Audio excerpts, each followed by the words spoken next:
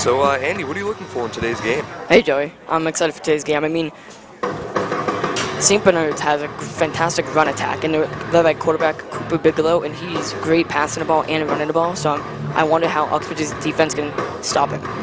And Bigelow, one of those many running backs on this team, Bigelow with 29 carries for 507 yards, good for a 17.5 yards per carry clip and 6 touchdowns, as well as A.J. Robichaud for 45 carries, 521 yards, 11.6 yards per carry, 8 touchdowns, and James Zaris, 36 carries for 263 yards and 4 touchdowns. Here's the Uxbridge team coming out now. This is senior game today for Uxbridge.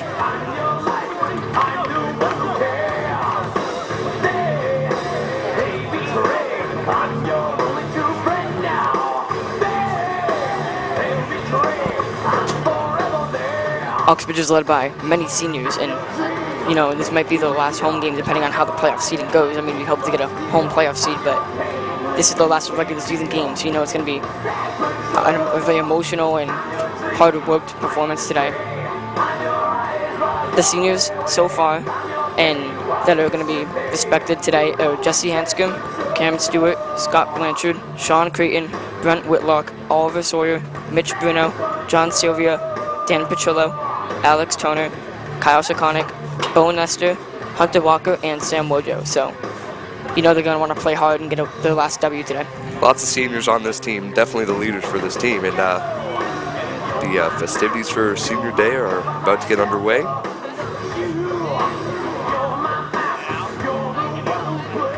I mean, with all the weapons that St. Bernards has, Uxbridge's defense needs to come up big, and they've been one of the best defenses in the league so far. They're actually second in Swickle.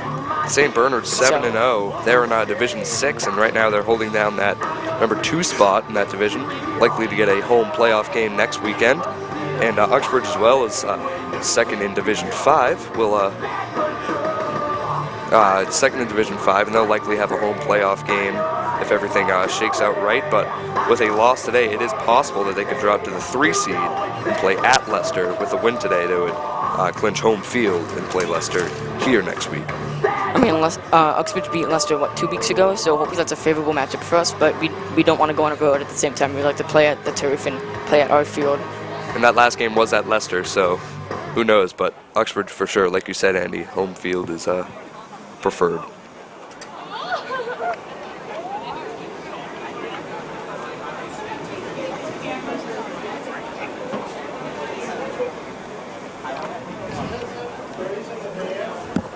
Good afternoon, ladies and gentlemen, and welcome to Uxbridge High School for today's football game featuring visiting St. Bernards and Central Catholic, who are 7-0, and your Spartans of Uxbridge High School.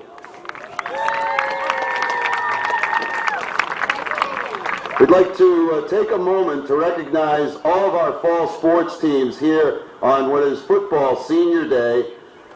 We'd also like to announce all of their captains before we get into our Senior Day festivities for our football squad. We'd like to begin with our girls cross country team, which earlier this week won the Swickle Championship, led by Captain Jackie Caparelli. The field hockey team, which will get its tournament seed later this weekend, Captain Drew Abbott, Captain Karen Moriarty, Captain Emma Gilchrist, Captain Allie Gordon, Emily Roxo, Devin Bell, and Maddie Clement. The girls soccer team, co-captains Rachel Bergeron and Paige Anderson, and senior Haley Millett. They have also qualified for postseason. From the golf team, co-captains Josh Bell and Paul Bertholet, and seniors Lucas Pomeroy and Megan Bernard. Boys soccer team also qualifying for postseason. Tri-captains Brian McDougall, Zach Magis, and Jackson Wright. The boys cross country team, which wrapped up its competition with a 3rd place finish at the Swickle Championships earlier this week, Jacob Irving and Captain Christian Pachesny. And here today, we'd like to start by recognizing the members of the pep band, seniors, Drew Abbott, Hannah Belanger, Zach Dumays, Patrick Kloss, Zach Magis, Karen Moriarty, Kaylee Olson, Emily Roxo, Rob Wondolowski, and Jackson Wright.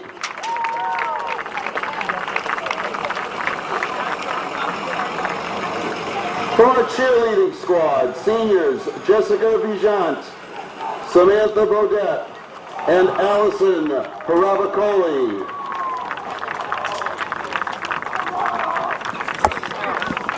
And from our 6-1 football team, we would like to take this moment to thank all of the parents for their support and dedication, not only to the senior football players, but to our entire athletic program.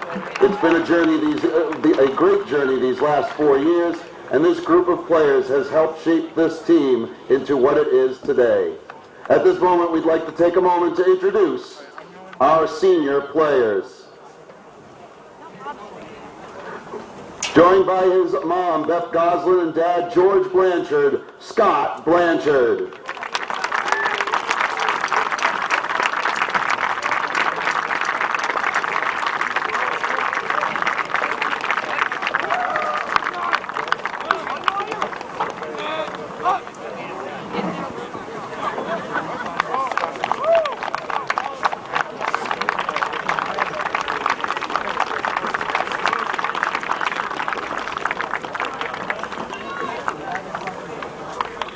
His mom, Jessica Sullivan, and dad, Tom Bruno, Mitchell Bruno.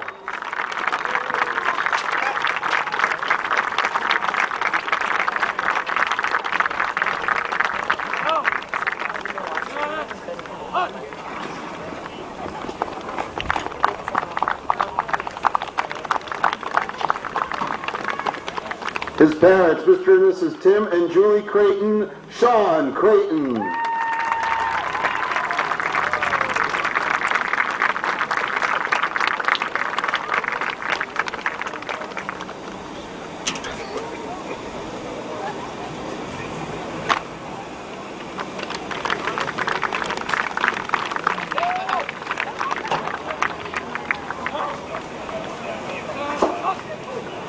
With his mom and dad, Mr. and Mrs. Jason and Kelly Hanscom, Jesse Hanscom.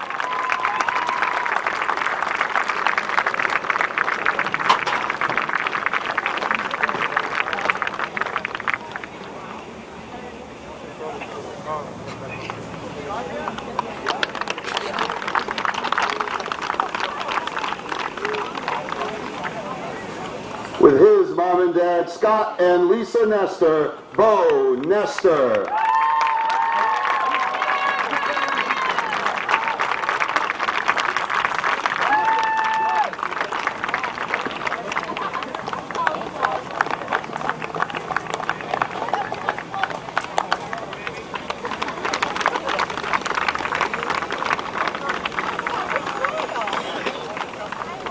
With his mom and dad, Bob and Lisa Petrillo, Dan Petrillo.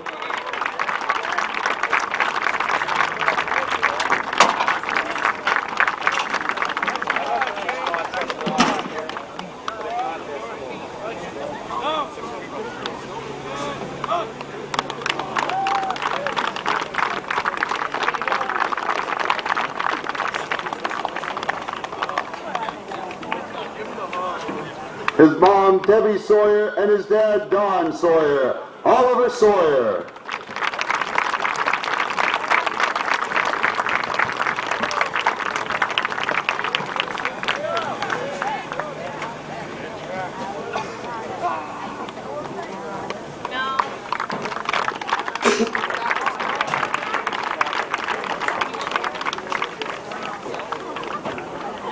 With his mom and dad, Jeff and Mo Stewart, Cam Stewart.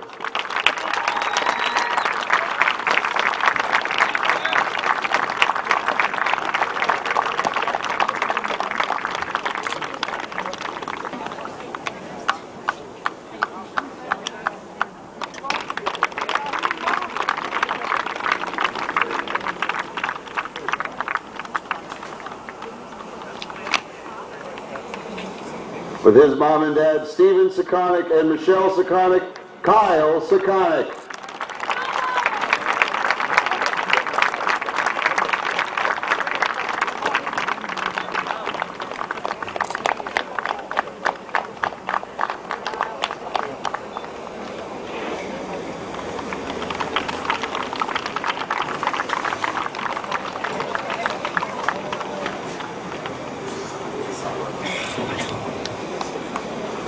With his mom and dad, Wayne and Joanne Sylvia, John Sylvia.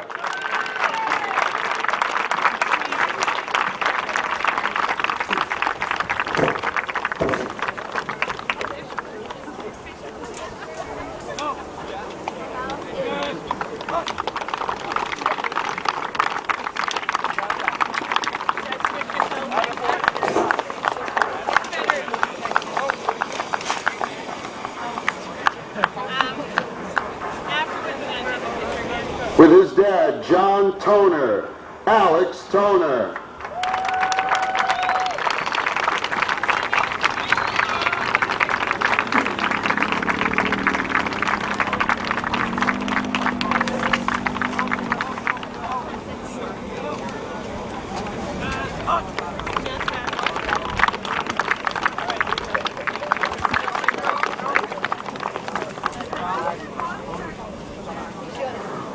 Along with his mom and dad, Brad and Wendy Walker, Hunter Walker.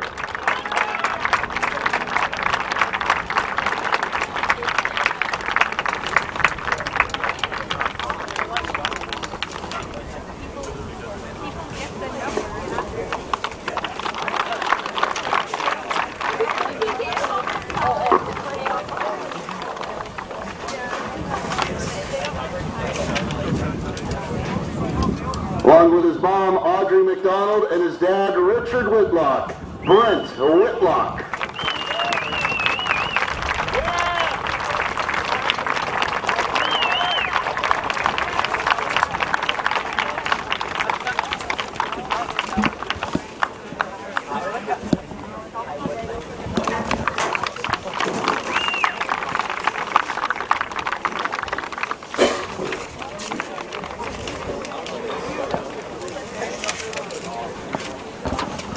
And along with his mom and dad, Ed and Mary Wojciechowski, Sam Wojciechowski.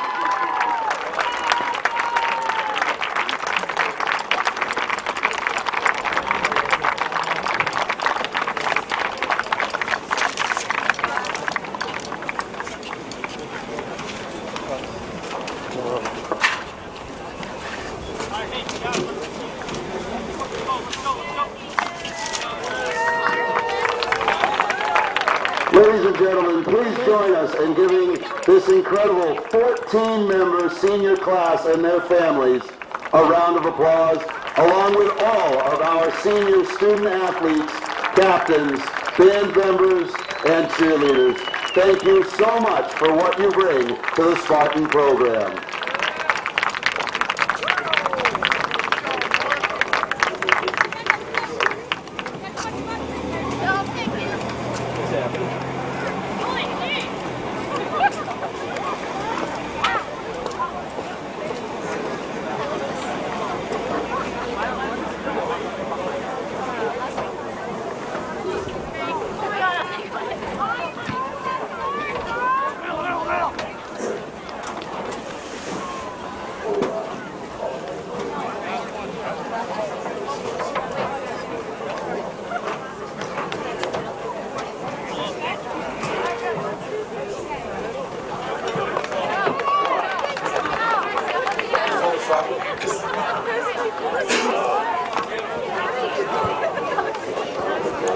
Beautiful ceremony right there for all those seniors, Andy. So after that, Andy, now there's a football game to play, right? So Yeah, that's the big game. so Uxbridge 6-1, and with the only loss coming to Grafton, which is a division above them. So that was a tough game. But other than that, they've won every one, coming off a 27-6 win against Millbury. And they're a really passing team. led by Max Cohen, quarterback, who's thrown for 1,358 yards, good for second in Central Mass, and 20 touchdowns, which is first in Central Mass. What do you think about Max's growth as a player throughout this season? Oh, he's grown tremendously. I mean, you saw at the beginning of the year, maybe he struggled not struggled, but now he's audibling out of plays he didn't like, and now he's looking at other targets instead of all of us, you know what I mean? So he's spreading the wealth, and it's just a fantastic offensive package led by Coach Martellio. And he had big shoes to fill with the graduation of Jake Taparowski. He had no varsity experience coming into this year, but like I said, you've seen him over the course of this year really come into his own as a football player, and now the unquestionable leader for this team. And catching the ball, you have Oliver Sawyer and Josh Callahan, so that's pretty good company on the outsides, too. And about Oliver Sawyer, last year and the early stages of this year, mainly just a deep threat, but you've seen over these past few games, they're just getting the ball to him however possible and letting him do the work after that. He leads Central Mass in catches, and he's second in Central Mass in touchdowns, so he's the full package at wide receiver. And I want to see if St. Bernards are going to double cover him or not. Yeah, 37 catches for 577 yards and 10 touchdowns, so great stats for him. The game will start right after this.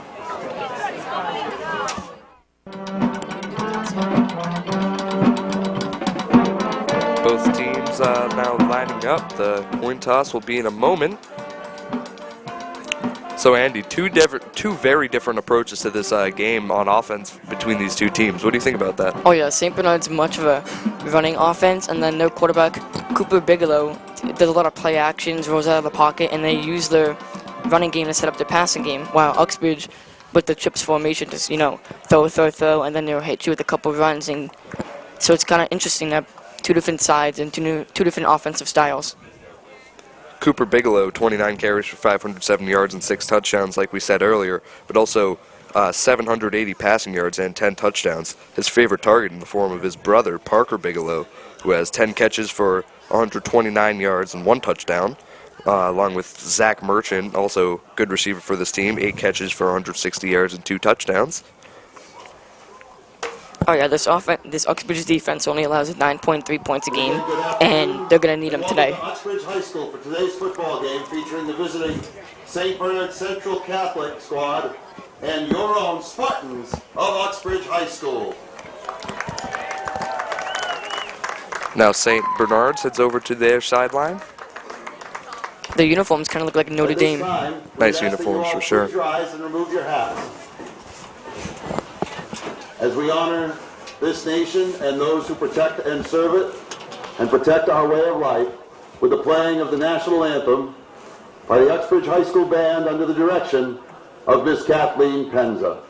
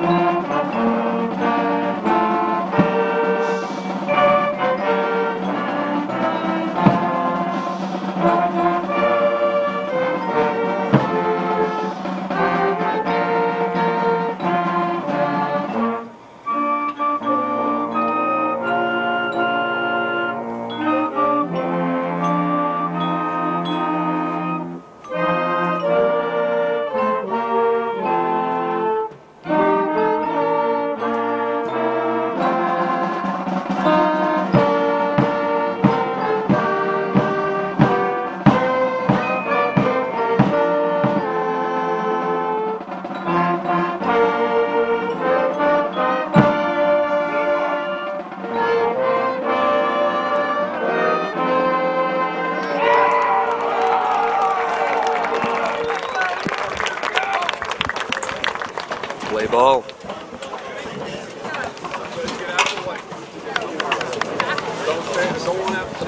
I think this game is especially huge for Uxbridge because you want that momentum leading you into the playoffs. You don't want to lose the game before the playoffs and then fall behind the 8-ball. Along with momentum, home field advantage is on the line here. Uxbridge likely to line up against Leicester next week, but this game could impact whose field that game is played on.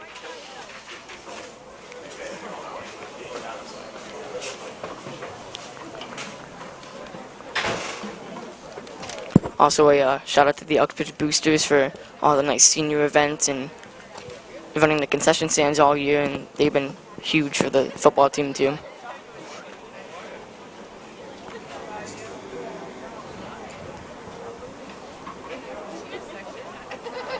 Captains for each team are out there at midfield. For St. Bernards, it's Cooper Bigelow, Zach Merchant, and AJ Robichaud. For Uxbridge, Kyle Sekonic, Brent Whitlock, and Cam Stewart. The 3 defensive anchors for Uxbridge out there. Defense led by Brent Whitlock. And the linebacking core has been phenomenal. If you count Sekonic and Callanan and Whitlock. And then Stewart at safety has been pretty much an extra linebacker for most of the time. And then throwing Matt Johnston in, you have a fantastic defense.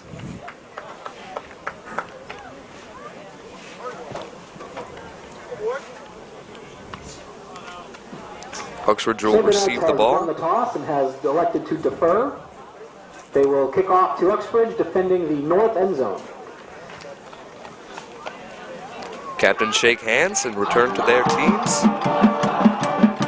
It's going to be a big game, Andy. Big playoff implications on the line. Welcome to November football. Like we said earlier, this St. Bernards team, not 1 running back, not 2 running backs. They have probably 4 guys who can really run the ball on you. And I asked Coach Bob prior to this game how you contain so many people like that, and he said that everyone just does their job. You got to go with different packages to contain different players, and they'll see how it works out today.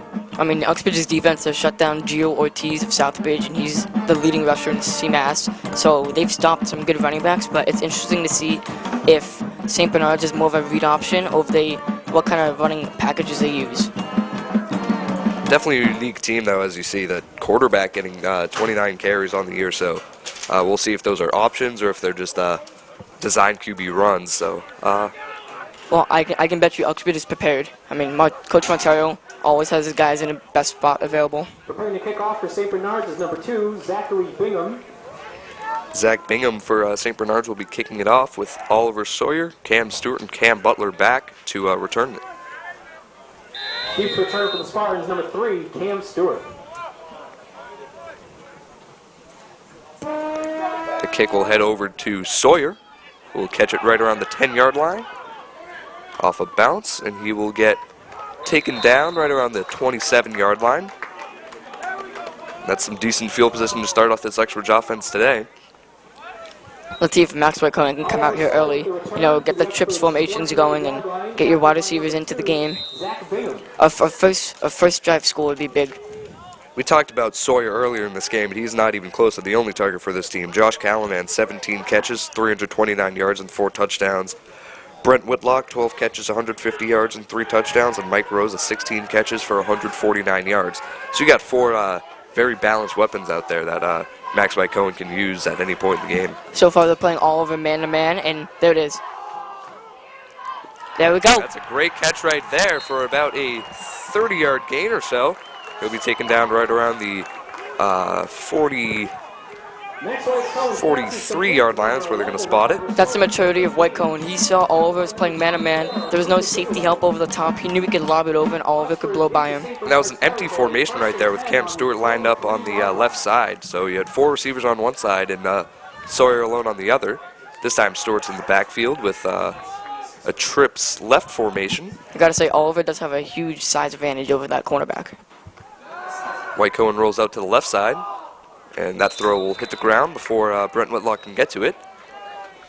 2nd and 10. Max White-Cohen's pass intended for number 10. Another thing Uxbridge did last week was put, 2nd and 10.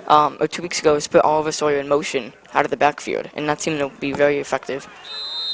So far today, they have not used that, but so going forward, you could move Oliver Sawyer around. These are, this is a slightly different formation, at least on the last play. That trips left, the trips on the left were very close to the line, to the lineman, so we'll see if they go to that again. It's a screen pass out to Cam Stewart. That pass is just out of reach, so that'll be incomplete. Now 3rd and 10. That was a beautifully designed screen. He had open space. The throw was just a bit too high. You got 3 good blockers over there in Whitlock, Callanan, and Rosa, so that could have been a good gain there, but the throw is just out of reach. Now 3rd and 10.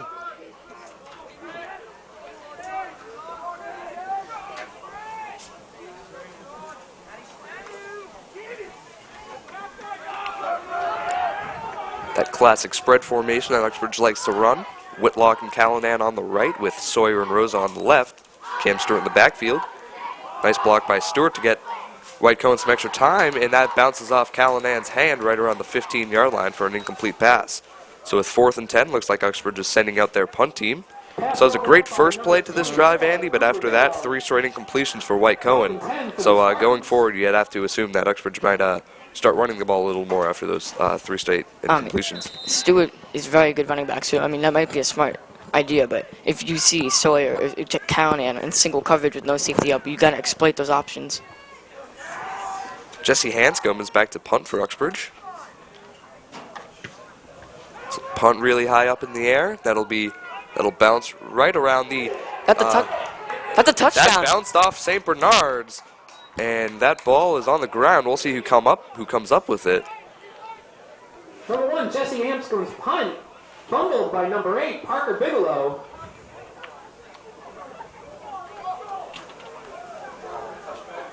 And that fumble was recovered by St. Bernards right there. Scary moment for them. That almost could have been I believe that would have been an Uxbridge touchdown if they recovered that in the end zone. So if it hits off their team and it ends in our end zone, it's a touchdown for us. But looks like they avoided that dangerous play. And another bad luck for Uxbridge on that play. That ball could have been recovered down on the 1 and given St. Bernards horrible field position, but instead they got it in the end zone, so they'll get the ball out at the 20. Coach Bob Martellio didn't like that call, and he's talking to the ref about that.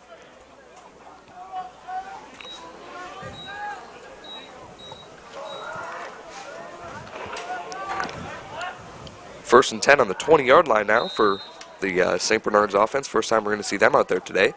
Bigelow's back there alone. Interesting formation.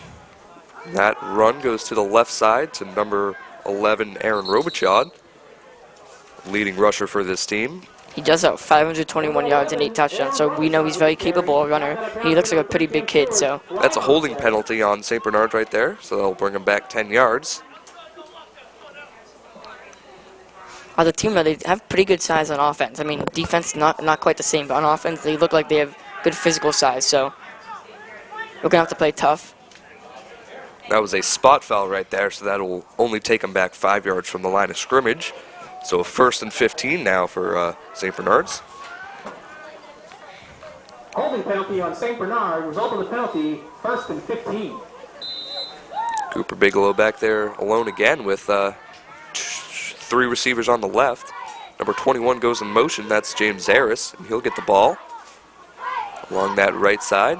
He'll get by a couple defenders before being taken down right around the 35-yard line. Good game there for this offense. And let's see if they can get something going. With speedy running backs, you can't allow them the edge. You know, you have to block them off so they can't get around the defense. And that time, the speed of Zaris was just too much. 1st and 10 from their own 34-yard line. Twice in a row, they sent a guy in motion and handed him the ball. So that's something to be cognizant of now that you've seen it twice. I'd assume how they get Cooper Bigelow those carries is probably just a play action. You fake the handoff, and then he'll just take it to the opposite side. It's hard to defend. Especially with a small kid like Bigelow. I'm sure he's fast and shifty. Similar to like when the Redskins had Robert Griffin III, and this one goes to the left side to number 11. That's Robichaud again. Good job by the Uxbridge defense getting out there, and he'll be forced out of bounds after only gaining about 2 yards. Matt Johnson out there pushing him out of bounds. Matt Johnston. Gain of 2 on the play, 2nd and 8. Now it's a 2nd and 8 on the 36-yard line for St. Bernards.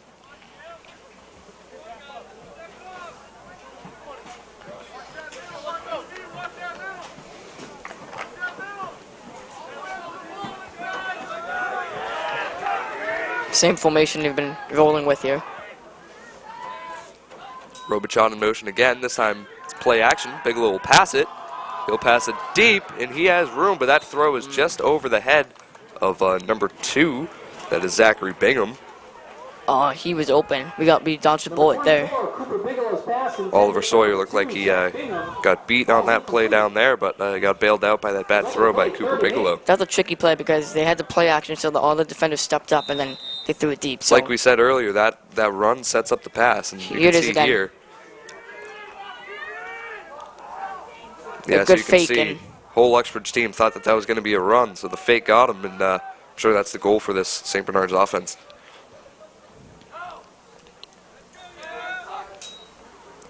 Bigelow will get it and just go out to the right side. And he'll be taken down after about a 2-yard gain. Good defense. 4th down now. Let's see how aggressive they are. St. Bernards looks like they're sending out their punt team. Uxbridge sending out their punt return team. Matt Johnson and Cam Butler will be back there to return. And then in the last home game against Southbridge, you saw Matt Johnson with a great return. Took that down for a touchdown along the right sideline.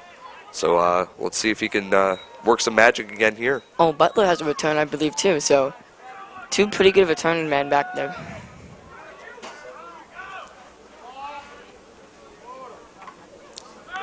And that punt will go right around the 20-yard line. Cam Butler will try to fair catch that. Bounces off him, and it looked like St. Bernards got on that football first. Number 7, That'll mistake. be ruled St. Bernard's ball. Matt, like you said, big mistake there, Andy. Now they get the ball on the 16-yard line. And those are the sloppy mistakes Uxbridge can't afford to have against this team. Yeah, especially against a 7-0 team with a very good offense. You can't make the mental mistakes and give them good field position. on the Uxbridge 17-yard line. Now, Uxbridge has not been in a lot of close games this year, so this seems like it has all the makings of one today with 2 very good teams going at it, and it'll be a real test for them today.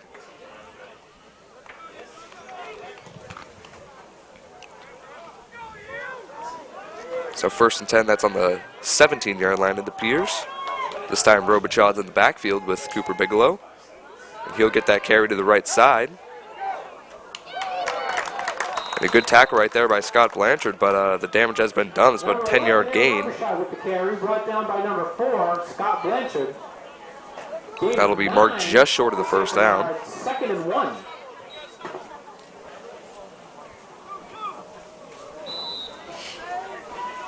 Let's see if we can come with a blitz. Maybe blitz the linebackers, try to catch him in the backfield here, especially on a 2nd and 1.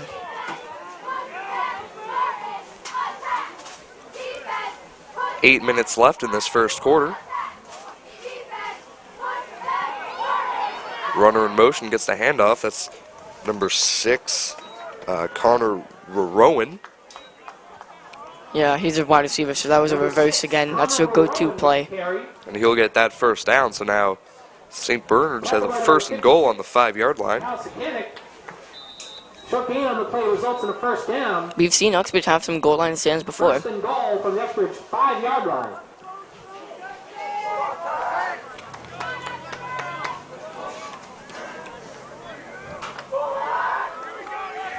To this part, Cooper Bigelow has not used his feet at all that we've seen, so maybe they're going to try to free him up here. And it'll be a pass here, and Bigelow will take off, and he will get in the end zone there. That is his 7th touchdown of the year, and St. Bernards takes an early 6-0 lead. Scrambles for the touchdown. A good job by him there, looking downfield, didn't see anyone he liked, and just saw that running lane. He got in there easily. Oh, he has speed on him. And here it is again. You see Bigelow play action there. He'll go over to the other side. No one open. He'll just take off. Those are breakaway speed.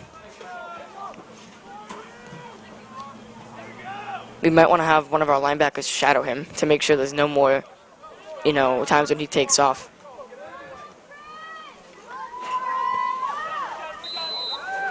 That kick for the extra point will be good, so St. Bernards up 7-0 here. And Uxbridge is down early in this game. Score now, St. Bernards 7. Uxbridge. St. Bernards has had some sustained success too. They're 7-0 this year, but the past 2 years they've been 8-3 and made the playoffs each of those years. So definitely a good thing they got going over there. Baskets available, including a movie night basket, lottery ticket basket, and a 14 returning starters for this team as well, so they have some experience. I bet they're senior heavy. At the south end of the field.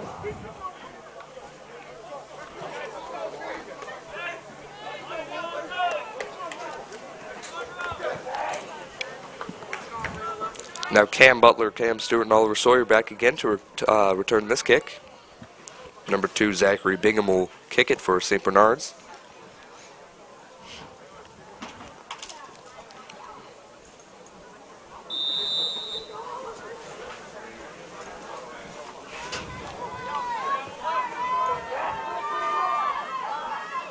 Bingham's kick goes to Sawyer once again, and that just goes by him, and that kick will go into the end zone and be ruled a touchback. White Cohen comes out at the 20-yard line, and the offense needs to get it going here. You'd hate to be down 1 or 2 scores to a powerhouse team like this. So, Sure, Uxbridge just wants to get some consistency going with that offense, because last drive we saw that big play, but then after that, nothing. So, a little more diversity in the play calls would be a good call here.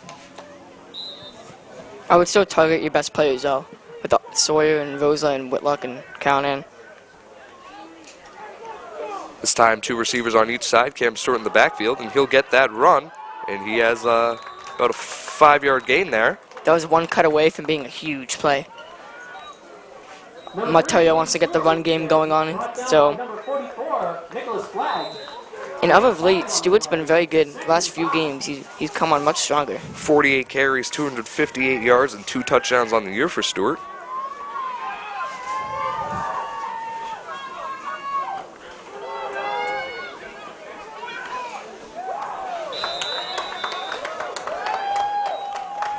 Max by Cohen with the QB keeper there for about a yard.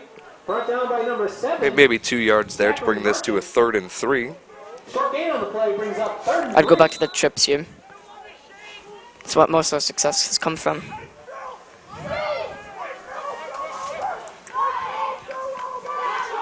Spread formation with Stewart in the backfield. Approaching 6 minutes left here in this first quarter. Pass will go to Oliver Sawyer, and it looks like he has enough for a first down there. And like I said earlier, Andy, he started off as a deep threat. Now they do plays like that all the time for him, because you know he's going to catch that pass and move the chains. So good job there by Uxbridge. I definitely like those short, quick passes, and I think those are very effective. So maybe more in the flat, more screens. It kind of balances out the run game too. When they're not running the ball much, those short passes like that are essentially run plays. So they work just like them. Trips formation now. Trips left with Oliver Sawyer alone on the right side. Pass will go over to Mike Rosa, and he doesn't have anywhere to go, and that's a big loss there. Maxwell Cohen's pass complete to number 7, Michael Rosa, for a loss of 5 yards on the play. So now 2nd and 15 after that play there. It's interesting that Cooper Bigelow, the quarterback, has been shadowing Oliver Sawyer the entire game, 1v1. He must have some hops if they want to put him on. Because they don't even have anyone on the hash mark over. They're just letting him cover him. White Cohen will throw it over to Callahan, and Callahan just can't reel that one in. He had him, but just went to the opposite shoulder, and Callahan couldn't get around in time. Maxwell Cohen's pass intended for number 42. Holding, so it would have been negated anyways. But here's a play again. Callahan he's quick, so he makes a great run down the outside, and White Cohen shows his great arm. 3rd and 15.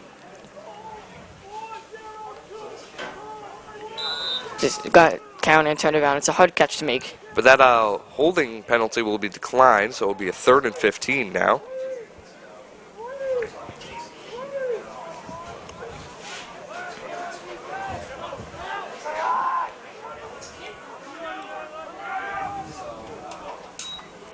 That snap is almost fumbled, but White Cohen brings it in, throws it over to Oliver Sawyer, who can't bring that in, and Bigelow on the coverage there. So now with this 4th and 15, Uxbridge will send out its punt team. Covered by number 24, Cooper Bigelow. That was a bit of a sloppy possession there. The low snap, the penalty. Brings up 4th and 15. Here's a play again. Good coverage by Bigelow on Sawyer, but you would hope he'd come down with them. Especially with that height advantage. Bigelow didn't get up there. He was just being a nuisance for Sawyer, and that was enough to make that pass go incomplete. Oh, they jumped. We'll get one more chance. Oh, it's a false start they're calling. False start on Uxbridge. These miscues are killing Uxbridge thus far. Yeah, the fumble, the 3 penalties. I mean, Coach Montella can't be happy with the execution early.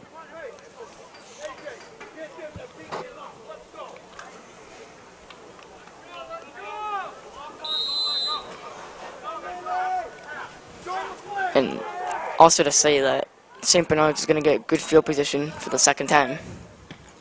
Hanscom got a better punt the first time, but that one's not that bad either. That punt bounces all around Uxbridge and St. Bernards players, but Uxbridge will touch it down right around the 45-yard line. St. Bernard 45-yard line. They'll take over there, 1st and 10.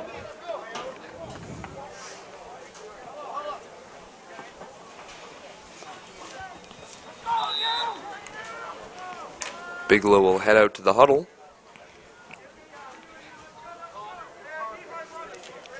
Reminds me of Johnny Manziel.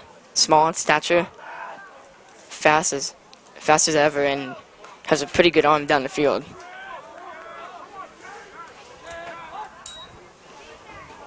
Robichaud will get that to the left side. Matt Johnston almost gets him, and a good pop right there on Oliver Sawyer. It's close to a first down, but will be marked just short. That was actually Zaris there, excuse me, not Robichaud. Zaris is a pretty tough runner himself. Brings up 2nd and 3. Here it is again. I mean, the blocking is very good for St. Bernards, and this hit.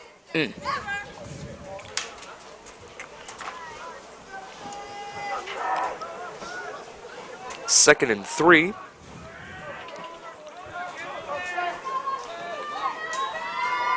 Robichaud, actually that's Zaris again. So far we've seen more of Zaris than Robichaud. They are close in carries. Coming into this game, Zaris had 36 carries and Robichaud had 45. Robichaud almost with twice the amount of yards, though. We have a first down for St. Bernards at the Uxbridge 43-yard line.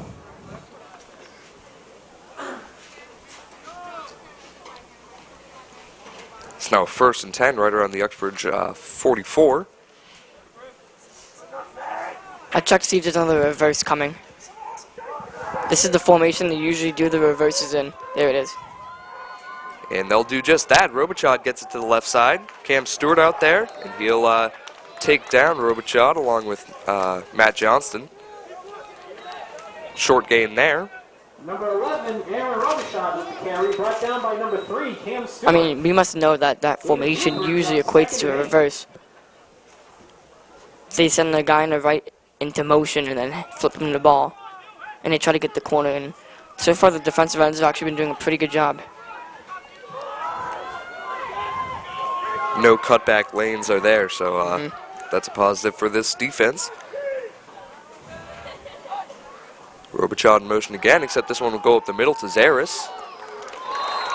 And it looked like the ball came out there. Ref calling him down. Almost first down, but just short. Should be about a 3rd and 1.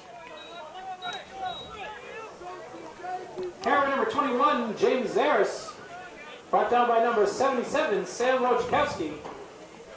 Vote the play, 3rd and 1. I would bring the blitz here with the linebackers.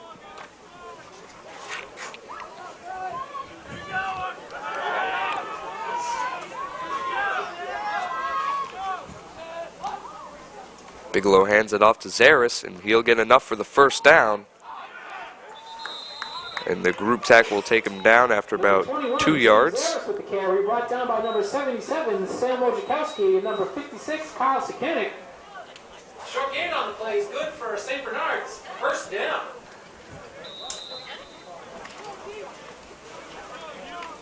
A lot of time ticking away on St. Bernard's drives. Mostly run plays, you know, are going to tick away. And we have not seen the arm of Bigelow other than that one deep ball. So if we can stop the run, make Bigelow throw it. That's probably the key for the defense, I would assume. But stopping the run is a hard task against this team. Harder than it sounds. And Robichaud gets it. He'll get about 5 before being taken down. Number 11, Aaron Robichaud with the carry, brought down by number 10, Brent Whitlock. Gain of 4 on the play brings up 2nd and 6 at the Uxbridge 29-yard line. So Robichaud and Zaris have been splitting carries thus far, and Robichaud has 5 carries, and Zaris has 5 carries, and Zaris has been more effective. One for Zaris has 39 yards, and Robichaud only has 11, so It's interesting. They're going with the number 2 back. They probably scouted Uxbridge heavy and figured Zara should be the go-to guy today. He's more of a speed back, I think. Here's a pass. Bigelow will throw that down the field. Nice job by Oliver Sawyer to get in there and break that pass up. That was a good defensive play. Almost tipped it to Blanchard there. Cooper Bigelow's pass broken up by number 11, Oliver Sawyer. You can see here again Bigelow rolling out to the left side. Interesting, we've seen the 3 design pass plays each time he's rolled out to the left side instead of the right side, so we'll see if that remains true going forward. So now this is a tough spot for St. Bernards, a 3rd and 6. And right around the 30-yard line, too. No matter how good of a kicker you have, but in high school football, it probably is not field goal range.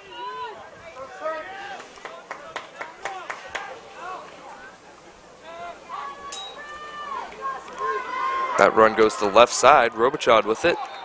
He'll bounce off Cam Stewart and really close to a first down. We'll see what the official call is. Brought down by number 3, Cam Stewart.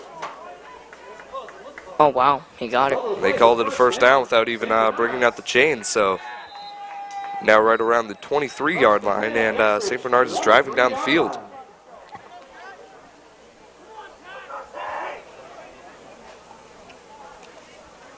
One minute left in this first quarter.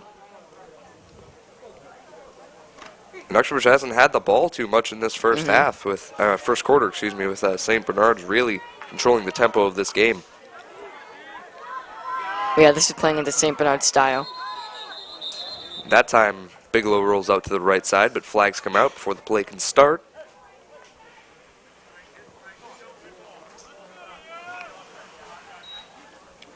False start. False start on St. Bernards. Resulting penalty, 1st and 15. And that could be big for Uxbridge here. They finally get something on their side. You've read my mind. We gotta execute on this now.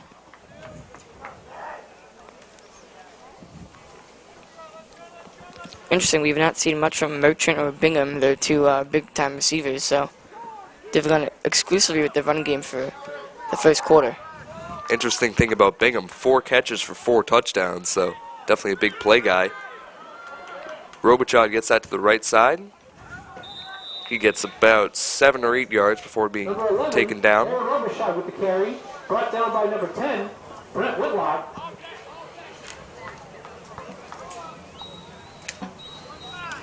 Look at it here again, Robichaud. They got those 2 linemen pulling out there, and that's really what's leading this offense. They got 2 big guys just leading the way for the whatever running backs getting that reverse each time. But that's the end of the first quarter. St. Bernards up 7-0 in the middle of a big drive.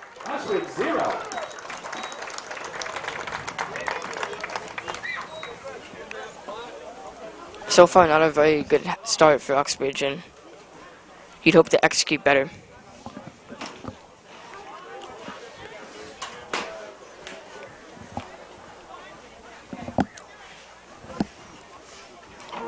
The fumble, the few penalties, I mean, we kind of handcuffed ourselves early, and now we have an uphill battle. Yeah, that fumble on the punt was a big momentum shift in this game. Because we started with the big plays early, and then after that fumble, it all went downhill, so. But still, the score is only 7-0, so Uxbridge has 3 quarters to play, so definitely they have plenty of time to get something going. Interesting that Leicester football players are here, probably scouting. That's probably going to be the first round playoff matchup, Uxbridge and Leicester. With Journeys, don't stop believing. Like we said earlier, the home field is on the line here. If Uxbridge loses this game, it's possible that they will lose the home field advantage for the game next week. And Leicester's a tough team. I wouldn't want to go into Leicester again. Basket prizes will be drawn today. Leicester coming off a loss against Northbridge last night, but Northbridge is you got to tough. take that with a grain of salt. The loss against Northbridge is not a huge disappointment. Yeah, they're pretty good, I'd say. How many points have they given up? 7? 7 all year, yep. Yeah, the Thanksgiving game's going to be a battle, as always. Robichaud in motion. He'll get it to the left side, avoids Whitlock's tackle, and he'll be taken down after a few-yard gain there. 3rd and short. I bet you they're going with the reverse. It's like about a 3rd and 4, 3rd and 5, so St. Bernards will likely, as you said, Andy, run that reverse. That's what they've been going to most often. Either Zeris or Robichaud.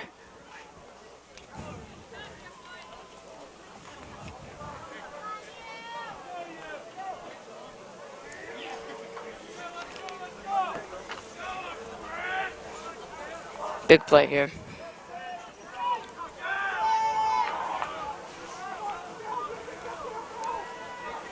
Runner in motion, and the run will go up the middle to Robichaud, and he is stopped by Hunter Walker. Great play by the big guy, Walker. Comes up when his name's called, and he's needed. Now, decision and there time. is some little scuffle going on down there. Flag comes out. We'll see who that's against. Seems like it's against St. Bernards, but we'll see. Yeah, we saw both teams talking there. Maybe an unsportsmanlike conduct penalty.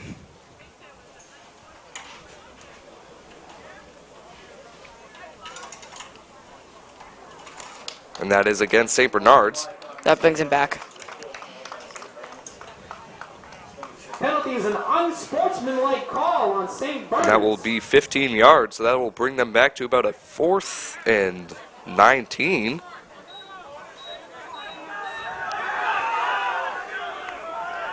And now Uxbridge is getting into it now. Now they're excited after that penalty right there. Personal foul is St. Bernards, 4th and 20. Looks like they will be going for it, though. So we'll see if they can get a big play here. You'd have to assume that they'd be passing it here. Yeah, one of their big guys up top, like Bingham or Merchant. Or the other Bigelow. We haven't seen the other Bigelow out there at receiver too much today. Cooper will drop back to pass. And good pressure. Dan Petrillo with the good pressure there, and he'll throw it deep. And that should be... That was almost caught there, but there is a flag out. We'll see what that is. Looked like it was right near the pass, and it looks like it'll be pass interference against the offense. If so, that penalty should be declined, and Look at the ball. Uxbridge should get the ball right around the 31-yard And because, line. because that's an incomplete pass, we get the ball at pretty good position. Yep, pass interference against the offense, and that is declined. So now Uxbridge has some momentum on its side. And This is a big turn of events here with the penalties, and the defense stood up tall. And St. Bernards took almost 5 minutes off the clock there with that last drive. But no points come out of it, so Uxbridge will try to get their offense going. I see a touchdown this drive, Joe. I don't know about you, but That would be a big shift in this game. Spread formation. White Cone drops back. He'll give it to Oliver Sawyer, who will get about 7 yards there. keep it going. And those, short passes. those are the plays Yeah. that'll get this drive going for them, because they did have that one big play to Sawyer, but you saw after that, nothing. So I like the idea of getting shorter plays, just getting yards and moving the chains. Not everything has to be a deep pass to Sawyer, you know?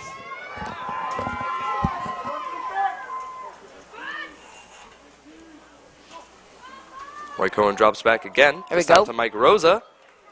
And he That was will get just enough for a first down down. there. Nice job to fight past that initial hit and just reach over and move the chains. Let's keep the no huddle going. Keep the defense on the field. Keep them tired and So first and 10 on the 42. 42-yard line. I like this way the drive is starting. You know, 2 quick short passes for a first. And then now here's where you can take your chance with Callahan or White Cohen will give it to Sawyer this time. Get another 5 yards or so there. Next White Cohen's pass complete to number 11, Oliver Sawyer. It's not only with Sawyer, but I feel like this whole Uxbridge team, as the year has gone on, has progressed more yeah. from a deep, just throwing a deep team to And more here of it is a again. well-rounded team. Sawyer, not even a deep threat. He's an all-around receiver. Has great hands, and White Cohen and Sawyer just have a great connection. I think he has 4 catches already today to extend his league-leading mark. That pass will be intended for Oliver Sawyer, but looked like it hit the ground first, but The officer calling that a catch. they'll mark it a catch, so Uxbridge got away Yeah. with one there. Good job by Sawyer to Oh yeah, we were right at make the it line. look like he Yeah, was actually caught that ball. we were but- right at the line of play. I mean, I throw the challenge flag. Discussing.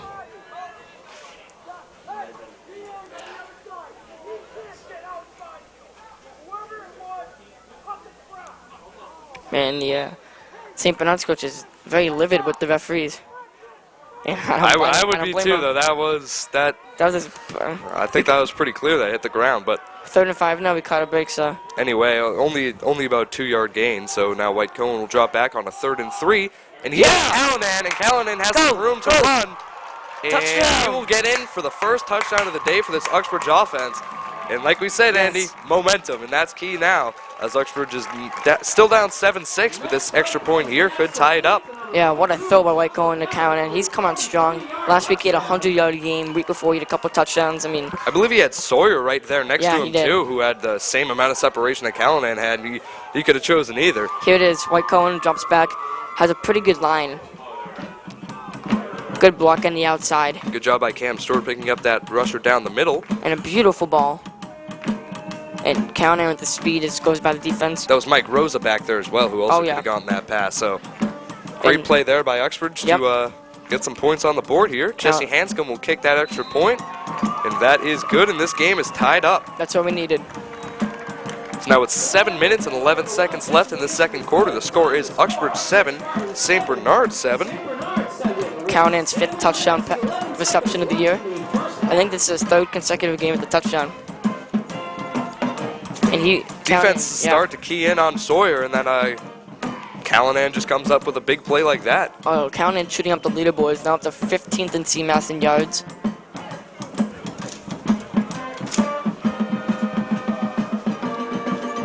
And here's that play right before that touchdown where White Cohen rolled out. And it looks like that ball hit the ground. It didn't look as clear as it looked from up here, but I'm still pretty sure yeah. that ball hit the ground. But either way, hey, it Yeah. led to a touchdown, so I'm not complaining. I mean, there's no replay center in New York. There's nothing. It's real time. So maybe the referee made a mistake there, but it went to our advantage. That's how football should be played, in my opinion. You gotta trust the refs. What they see is what goes. So Got the challenge flags and Yeah. the whole bit.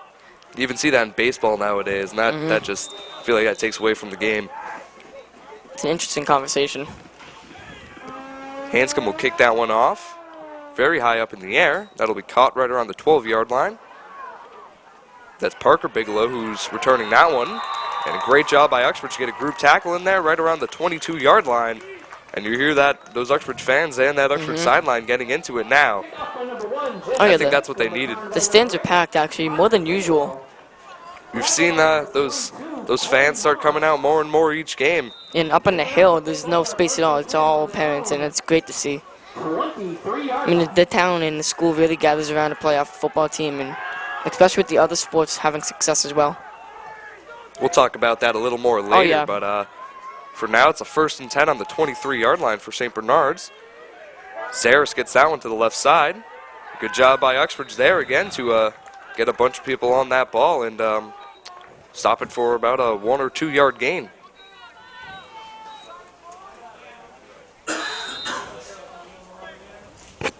When Uxbridge gets the ball, we speed up the tempo, go at a faster pace, and when St. Bernards gets the ball, slower pace, running plays. So it's interesting how they manage the clocks. Two very different approaches. Uxbridge does have a unique approach for high school football. Oh yeah, St. Bernards definitely has the more common approach, but yeah. Uxbridge does their approach well. So you don't usually see like NFL packages like trips and throwing deep a lot in high school, but we have that here. Robichaud gets that. Sam Wojo with an Great arm tackle tackle. there to take him down.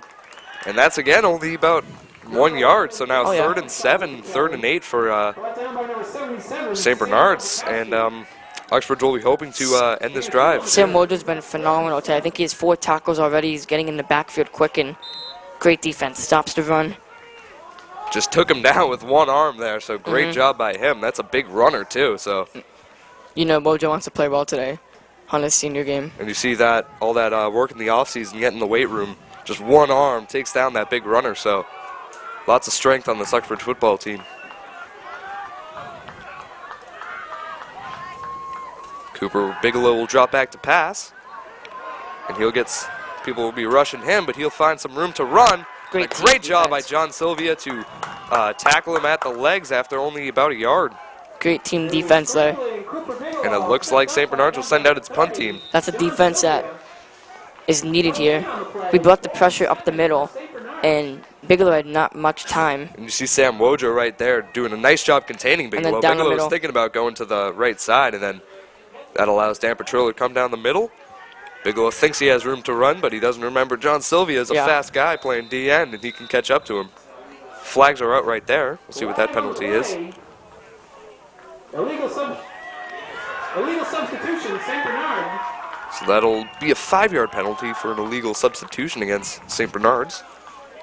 They're just self-destructing right in front of us. Penalty, 4th and 12. And if we get the ball in our half, you're going to put another touchdown in.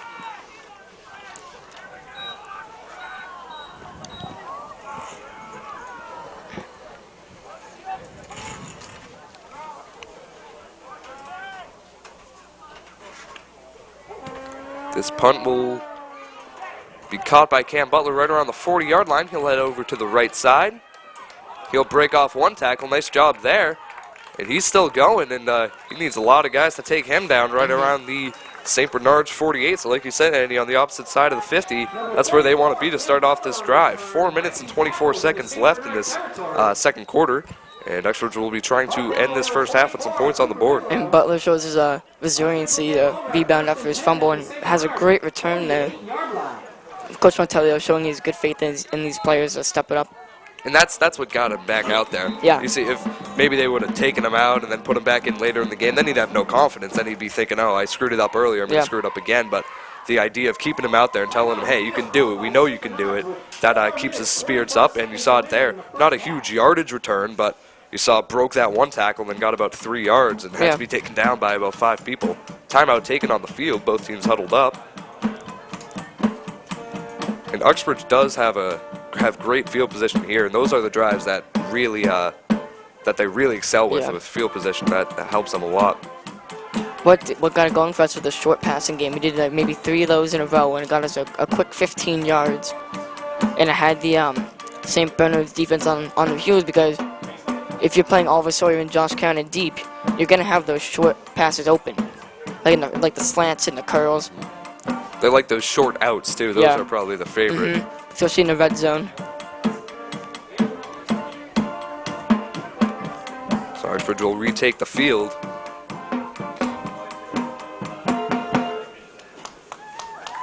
The line has been great on both sides of the ball. Max Whitcomb hasn't had much pressure on him, and we'll get into Bigelow as well as we can. It's been true all year too. Yeah. Great play by the line all year. And you lost 2 starters from last year, in Ian St. Pierre and Anthony Abate. Oh, yeah. And so those are 2 big losses, and Uxbridge has done a great job replacing them over the course of this year. Abate doing well at Westfield State.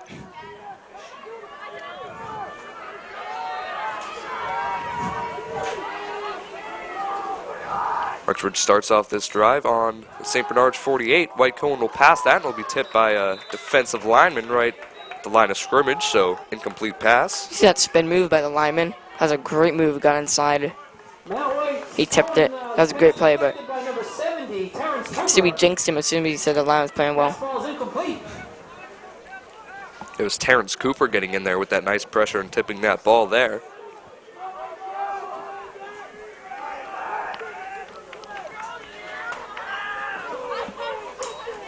Whitecone drops back once again.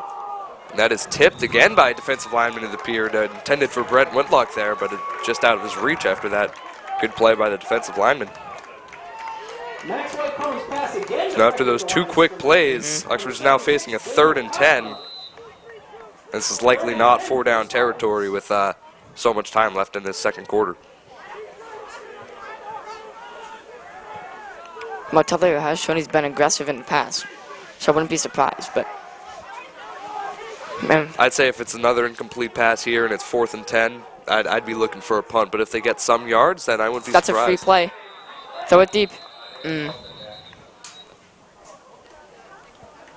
Whitecone with the quick snap there to get it off, but they caught it dead. Uxbridge is good with that because they're very disciplined and they don't often run on two. So they go on one, and then there's plays like that where they're like, hey, let's go on two, and then it gets them every time. You see that very often.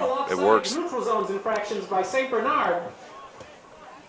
5-yard penalty. So now Uxbridge, after that great play call there, third and 5. And there's the trips. Trips left this time with Sawyer alone on the right. Cam Stewart also on the right side of Max White-Cohen. White-Cohen will roll out to the left side. He'll be looking for Brent Whitlock there, but he also almost hit Callanan. It's now 4th and 5, and Uxbridge will send out the punt team with 4 minutes and 6 seconds left in the second quarter.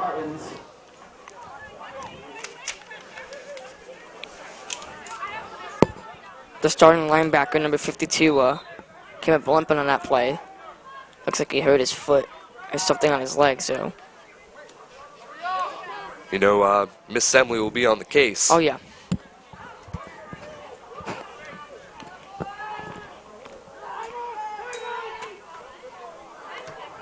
Hanscom's punt will be right around the...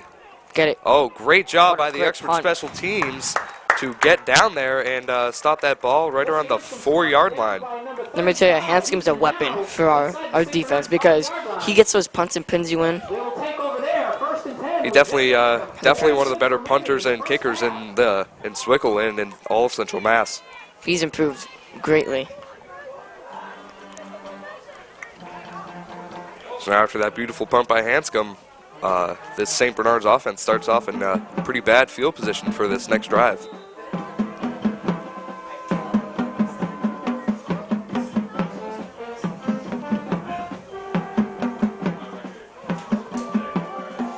The band sounds good today, led by Miss Penza. And that ball there was almost fumbled, and Zaris will break one tackle by Matt Johnson in the end zone, but he'll still... appears that he lost a yard there or so. We almost got a safety there. Almost wrapped him up in the end zone. Number 21, James Harris with the carry, knocked out of bounds by... Here's a replay.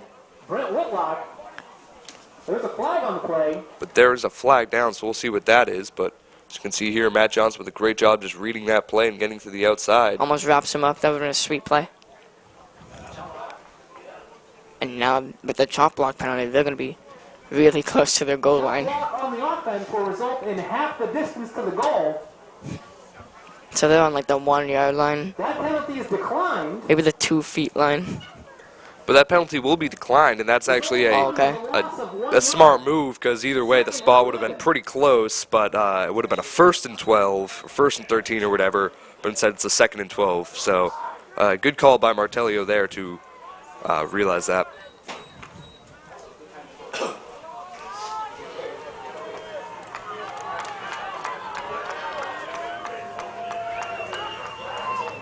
Bigelow drops back to pass. Oh. That's a good play there. That'll be caught by number 2, Zachary Bingham there. His first catch on the year. That's not a touchdown. Oh, yeah. 4 catches for 160 yards and 4 touchdowns. Interesting that he didn't get a touchdown there. Gain of 17 on the play is good for a first down. That was a great throw by Bigelow. First time he's shown that really good accuracy. And when they tend to throw the ball, they usually throw it deep. 3 minutes left with the clock running here in the second quarter. Brent Whitlock will blitz for Uxbridge. Bigelow will pass it once again. And good coverage there by Matt Johnson to get in the way of that pass intended for number 7, Zach Merchant.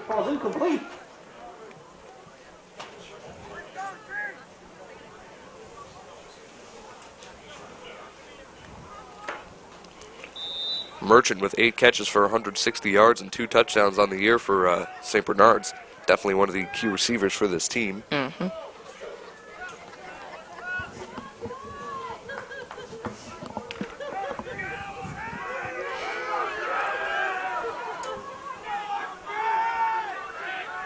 Another thing to remember is that Uxbridge received the ball to open a game, so. Cooper Bigelow will Get a design QB run there, and there you see that breakaway speed that we haven't seen much from him today. Scott Blanchard chases him, but he'll get in there for the touchdown.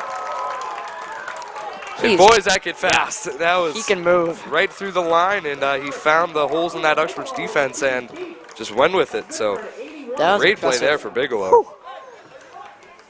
I didn't think he had that much speed. Like, I knew he was a fast kid, but wow. And if he can get that going, then this Uxbridge defense might be in trouble.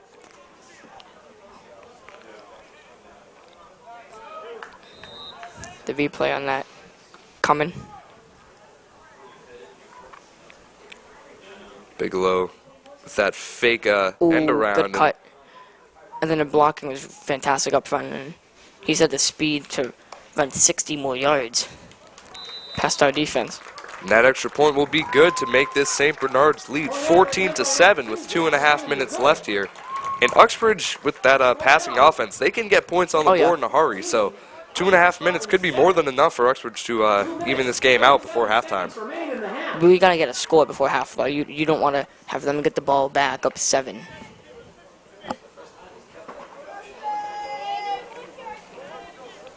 Yeah, it's interesting that Bigelow kept the read option, and we usually see him hand it off to the man on the reverse, but he does average a good amount per carry. His average probably went up there with that last one. So he's right around 600 rush yards as a quarterback.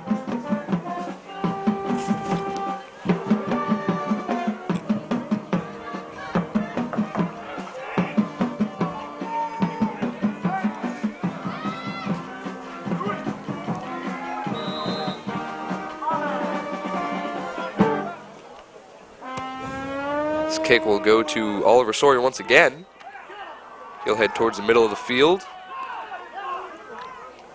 Get by one tackler before being taken down right around the 20. Same as a touchback. 2 minutes and 31 seconds left. And plenty of time. Number 2, Zach Bingham kicks off to the tune of Chicago's 25 or 6-4. Returned by number 11, Oliver Sawyer. Tripped up by number 5, Brady Martin. What you don't want to do is force passes to Sawyer. I mean, if he's covered, look at your other options, because you don't want to have a costly turnover. And Mike Cohen has done that all year, so let's see if he can keep that going. He usually limits the turnovers, and now would not be the time.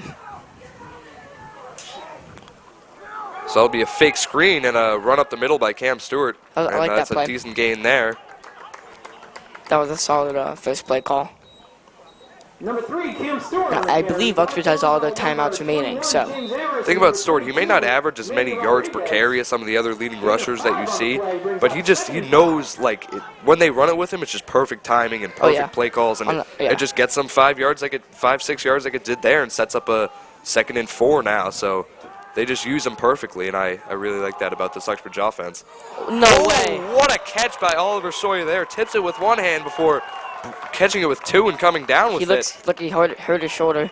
Looks like he landed on his left shoulder. Let's see if he stays in the game here, but either way, that's a great play there to get this Uxbridge offense moving. That was a phenomenal catch, though. And it looks like they'll keep him out for at least a play here as he's over there on the sideline. I'm going to check on him. I hope he's all right. So Cam Butler subs into the game for him. He paid the price for that catch, but he would do that trade any day. This time White Cohen is aiming for Cam Butler. And good coverage there by Bingham to get in the way of that pass. That's White Cohen's pass intended for number 34, Cameron Butler. Broken up by number 2, Zach Bingham. Yeah, Butler was open there, but the defenders got the one step at a time. Great deep pass, right on the money to Cam Butler, but good zone coverage there by St. Bernards. White Cohen just didn't even see Bingham, but he got over there in time to break that up. Minute and a half now in this second quarter. White Cohen's passing once again.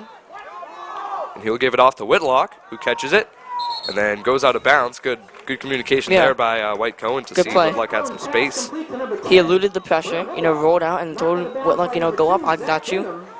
That was one of the things that White Cohen's shown his leadership with 1 minute. He didn't freak out when the pressure came. He stepped up in the pocket and then, under composure, quick pass to Whitlock. Oliver Sawyer's back in this game now, and he will be alone on the left side with Trips on the right. That's an encouraging sign. Looks like they have a little bit of double coverage on him now. He's telling him to go. Oh, did he get it? White Cohen gives it to Callanan. They're calling it a catch. And they're calling that a catch. That was really close there. Bounced off Callanan's hands, but it looked like he recovered it again before hit the ground. So now right around the 22-yard line after another big game there. Here it is again. Some pressure again, but White Cohen, another great job eluding it. And seeing Callanan, although it wasn't a perfectly placed ball, he still got it to him. He caught it. Looked like Callanan got that with his legs a little bit there. The ref was right on that play. He saw it. I mean, these receivers refused to give up. You saw twice in a row. They didn't get it on the first try, and they kept going and ended up pulling it in.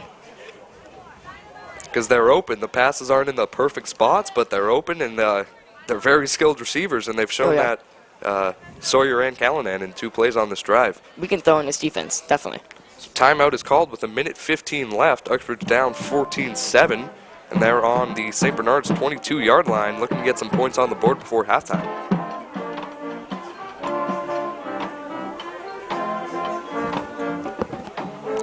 You hear the band once again. Great job by them today, playing all different kinds of songs. And Mrs. Penza leading that band. Great job by her. She does a great job, especially with the drama program too. What's the play this year? Is it Bye Bye Birdie? Bye Bye Birdie, March 18th, 19th, and 20th. Can't wait. Everyone buy your tickets. Joe, what'd you audition for? I went for Hugo Peabody. I'll find out on Monday if I got him. Ooh. You have singing lines? No, thank God. That's good. I don't think anyone would want to hear that. No, yeah. So 1st and 10 on the 23 for Uxbridge after that big play by Callanan to set up this possible score here for Uxbridge. Trips right, Sawyer the lone man on the right.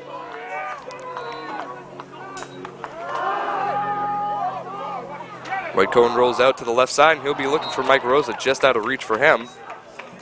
5 seconds taken off the clock there, so 1 minute and 10 seconds with the 2nd and 10 coming up. That's not necessarily a bad play because it would have given us, 6 yards, and it would have shaved off more time.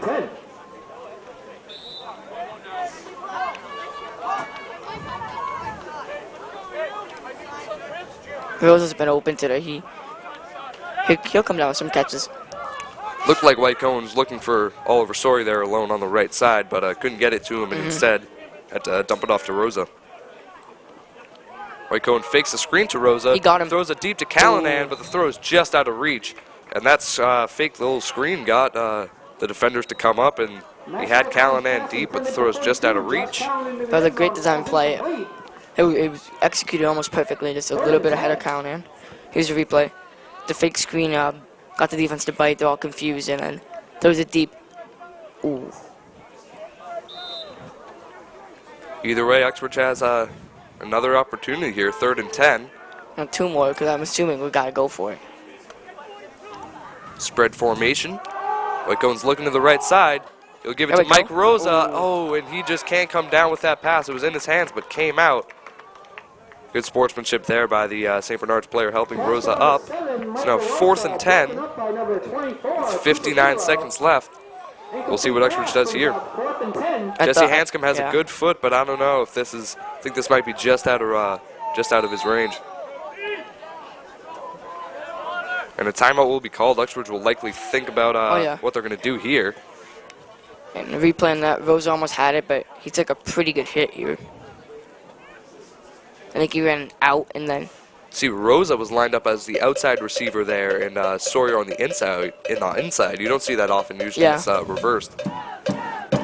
Almost come up with it. Looked like it was just an awkward spiral, and Rosa just couldn't come down with it because you definitely saw his hands get on that, but couldn't possess it. 59 seconds, 4th and 10 on the 23 coming up for Uxbridge. I would try like a fade here to Oliver. Unless they bring the double coverage, and then you gotta look otherwise, because That is a frequent call, though, for Uxbridge. And Yeah. a good one. It works most of the time. We saw it work earlier today, so we'll see if they go back to it again here. you could run a similar play Rosa just did with Sawyer to the outside. This time, the usual formation with Sawyer and Whitlock on the outside and Rosa and Callanan on the inside. Callanan will look, At the White flag. Cohen looked for There we go. Whitlock there, and there's a flag. We'll see if that is a pass interference call, and I believe that is an automatic first down. 'Cause he got pushed from behind. Flag on the play. I mean, and the defender didn't have to do That's it. lucky, too. Yeah. Yeah, like you said, the play- defender didn't really have Yeah. to. It was out of Whitlock's reach probably either way. We'll see what the call is Oh, here. pass interference. And that is pass interference against the defense, so that is 15 yards, I believe. You can see again here, He had Whitlock open, but still just out of his reach, and defender makes a bad mistake there to push him in the back and give him this first down, and We got bailed 4 more out. chances. Another mistake by St. Bernards. These are quick plays, too. That play only cost Uxbridge 6 seconds, so they're, Time's not the issue right now. and he'll give it to Cam Stewart, showing call. that time is not the Yes. issue, and Cam Stewart will get in for his 3rd touchdown of the year. So now, but there is a coming back. flag down, and that play will come back. Due to a holding penalty. That's That'll be disappointing. a hold against Uxbridge, and you could tell everyone thought that was a touchdown for Uxbridge, even tricked us. Didn't see that flag on the ground, but That was a great play call. Penalty, 1st and 20. from Those the are mistakes we 20-yard can't line. afford to have. so that penalty was right around the line of scrimmage, so that'll be a 10-yard penalty. Oh, it's right there. That's on Alex Martellio, it appears. Yep. Number 77 had the inside on him, and Martello threw him down, but It's now 1st and 20, right around the 20-yard line.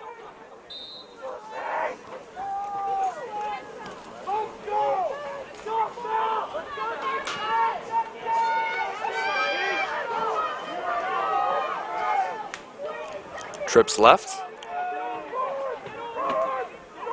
White Cohen passing. And he has some room up the middle, and he'll step up. There's Rosa. And then he'll hit Mike Rosa for about But- a 16-yard gain or so. the clock should stop if the. But there's another flag down. White Cohen's pass complete to a diving number 7, Michael Rosa. It's on us again. Flag on the play.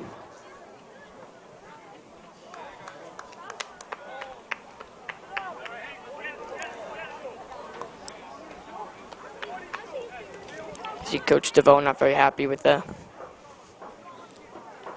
execution of the line.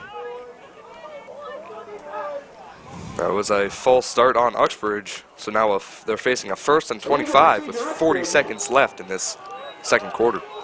What was the penalty? 1st and 25.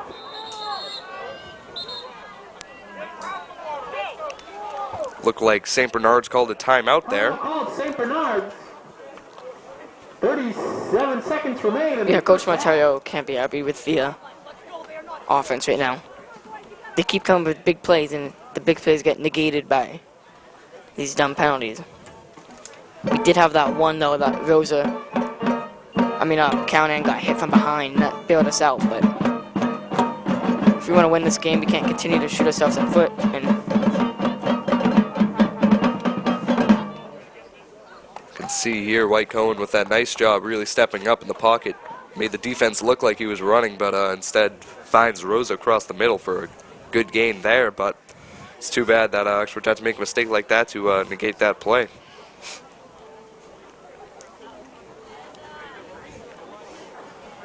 the only thing that's optimistic is it's 4-down territory.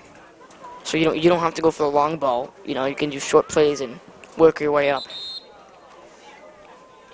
1st and 25, so Uxbridge, like you said, short plays probably are the way to go here.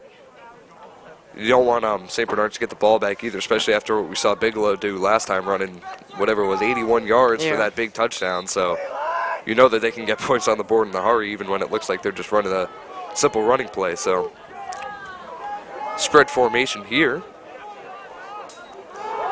White Cohen throws it to Oliver Sawyer, who catches it for about a 7-yard gain. Yeah, And timeout. I guess they took our advice, Andy, the short passes. So And they called a timeout to stop the clock because Sawyer could not quite get out of bounds. For a 7-yard gain. So 31 seconds now. That's about a 2nd and 17 for Uxbridge. Sawyer's 5th catch of the day. Result of the play, 2nd and 18. And they will now call this a 2nd and goal. They just dropped the chains, so.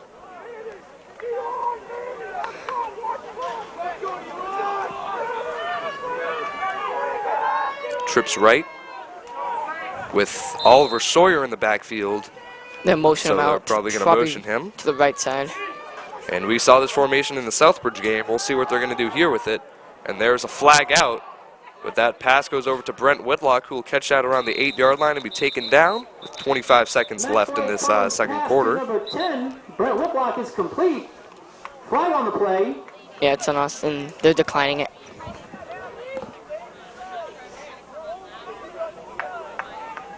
Saw the head coach wave off.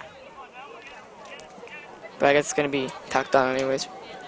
Right, I think that was against Sawyer there for an illegal motion.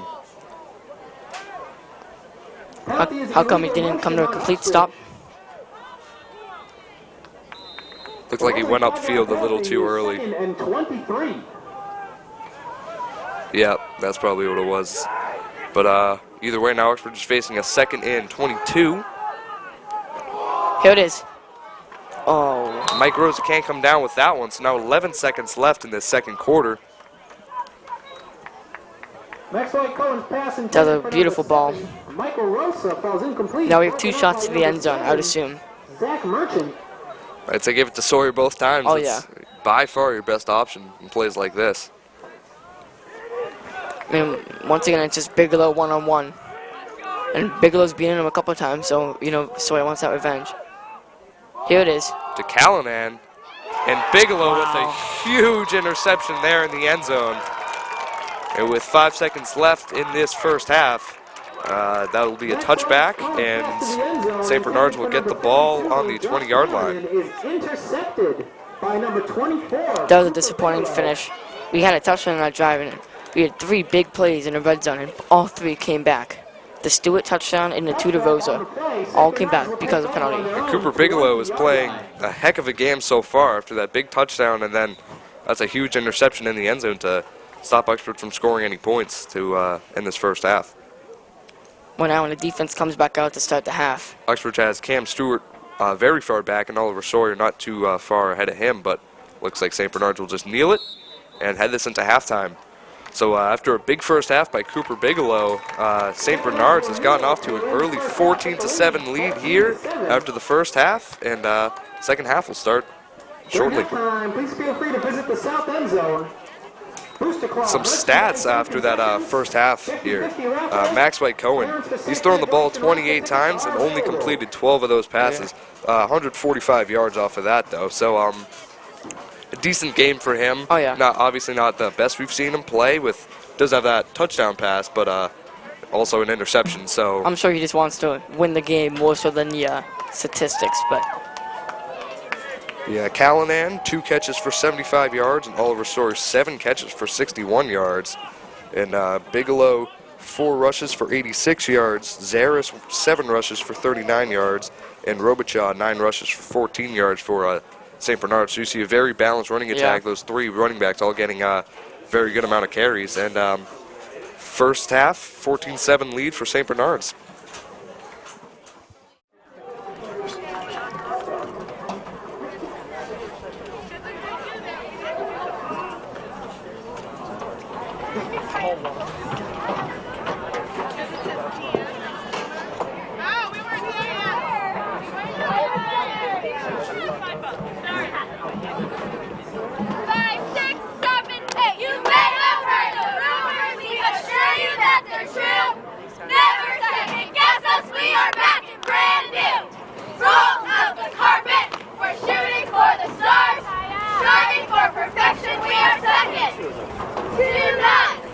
Our reputation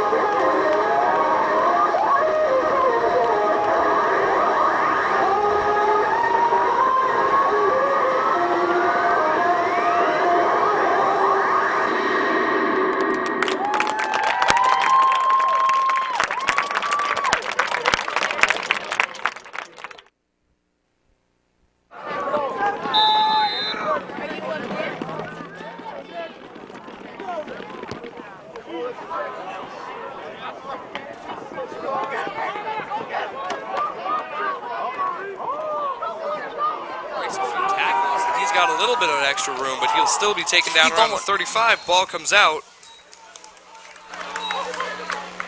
Looked like they got right back on it. Yep, and they did. So St. Bernards will start off this possession on the 36-yard line.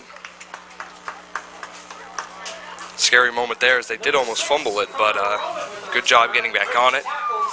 That would have been a huge mistake, especially to open a half. Recovered by number 7, Zachary Merchant. St. Bernards will take over on their own 36-yard line, 1st and 10.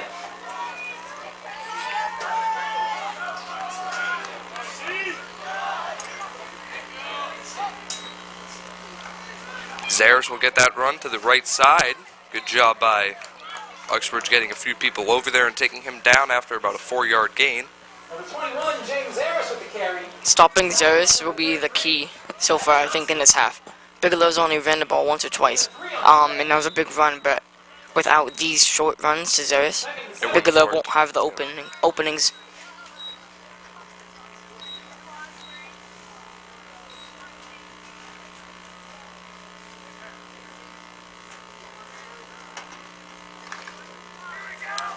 Great halftime performance by the cheerleaders. I thought it was fantastic. 2nd and 6 now for St. Bernards. This time Robichaud gets it to the left side. Tries to spin there, but still gets taken down, and a flag is out. Number 11, Aaron Robichaud with the carry for no gain. There's a flag on the play.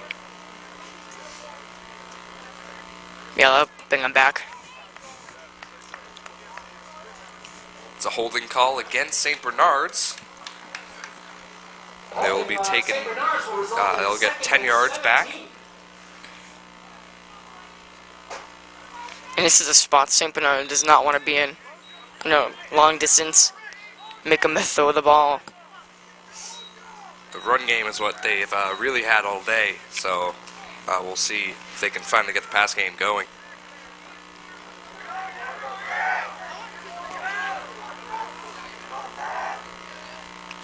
Runner in motion. Bigelow will keep it. And he drags a few defenders and gets about 6 yards off of that. And Bigelow's tiny, but he can still take a hit and keep going after getting hit. He's an all-around really good quarterback. He's tough and fast, but he still has a good arm, and he's a very good quarterback. 6 brings up 3rd and 11. So this 3rd and 11 on the 35-yard line now. You can see this play again, or not. We're just going to see this next play coming up. 3rd and 11, defense needs a big stop, get us the ball back with a chance to tie. So this is a pass play here. Dan Petrillo with good pressure. But that pass will get through to, I believe that's Merchant, and he will get a 1st down there. Petrillo is so close to getting the quarterback sack, and he gets it off. That's frustrating as a defense. You have 3 really good plays in a row. And then on the 4th one, they get a 1st down. But now St. Bernards is in Uxbridge territory, 1st and 10 on the 47. You can watch this again here. And Petrillo just coming at him, but a good block at the last second there, and then Bigelow gets the ball off for the 1st down. And that was Merchant, their leading receiver.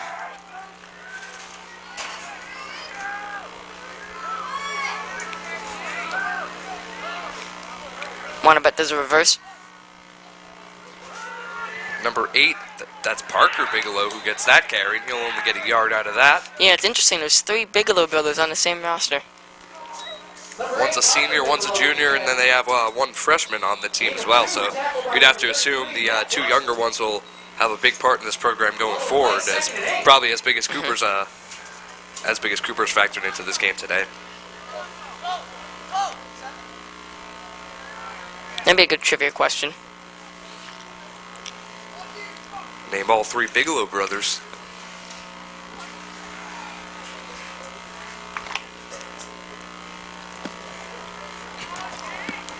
Second and 8 here for St. Bernards on the 45-yard line. Oh, Brent Whitlock with a rush, but that is picked up. That was a Bigelow great will block. take that to the right side and get about 7 yards out of that. Zars picked up Whitlock, and Whitlock was coming down hot. Tripped up by number 33, That was a big-time block. And a 5 on the play brings up 31. 3rd and 1. This is another big play where this Uxbridge defense could stop St. Bernards here and get some momentum back on its side. Here's a replay. Whitlock comes right down the middle. Instant pressure. Ooh. Zars takes him out. And Whitlock's a big kid. And fast, too, so fast and big coming right at you. That's hard to block, but Robichaud will get this carry. He'll go to the left side, and he gets enough for a first down. He'll be taken down right around the 35-yard line. And the St. Bernards offense right now is getting the clock moving. 6.5 minutes left in this third quarter, and this quarter is going by fast. A meticulous drive by them. Short runs, keeping the clock running, and they're getting the first downs needed. Because we know this Uxbridge offense can score in a hurry. They don't need a lot of time, so the best way to stop this offense is to just keep them off the field. And they've done a great job at that today. So when they're on the field, they don't have all the rhythm that they usually have. Bigelow will hand that one up to Robichaud up the middle.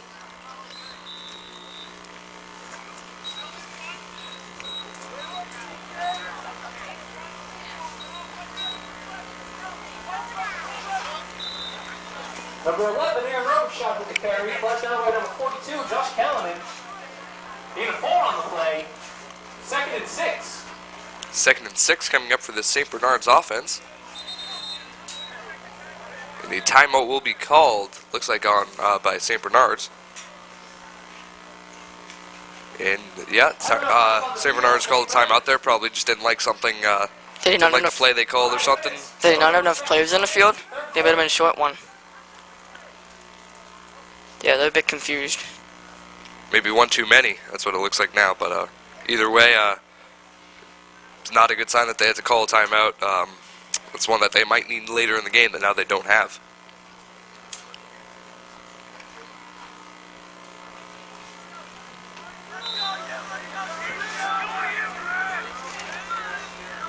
Here we go, Uxbridge.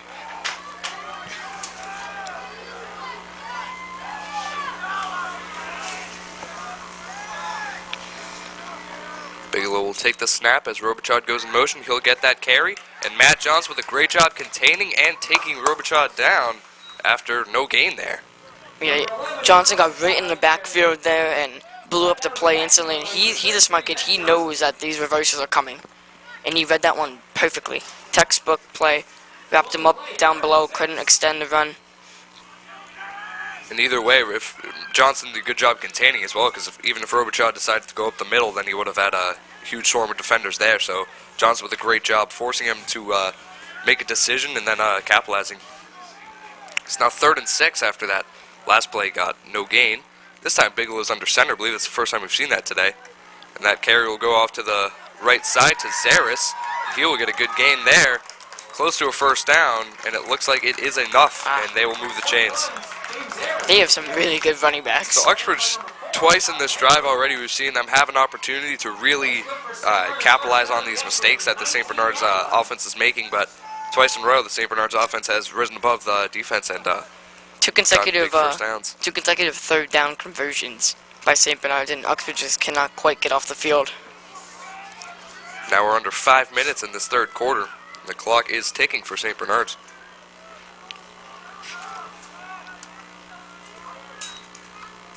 Under center once again. That's Zaris who gets it.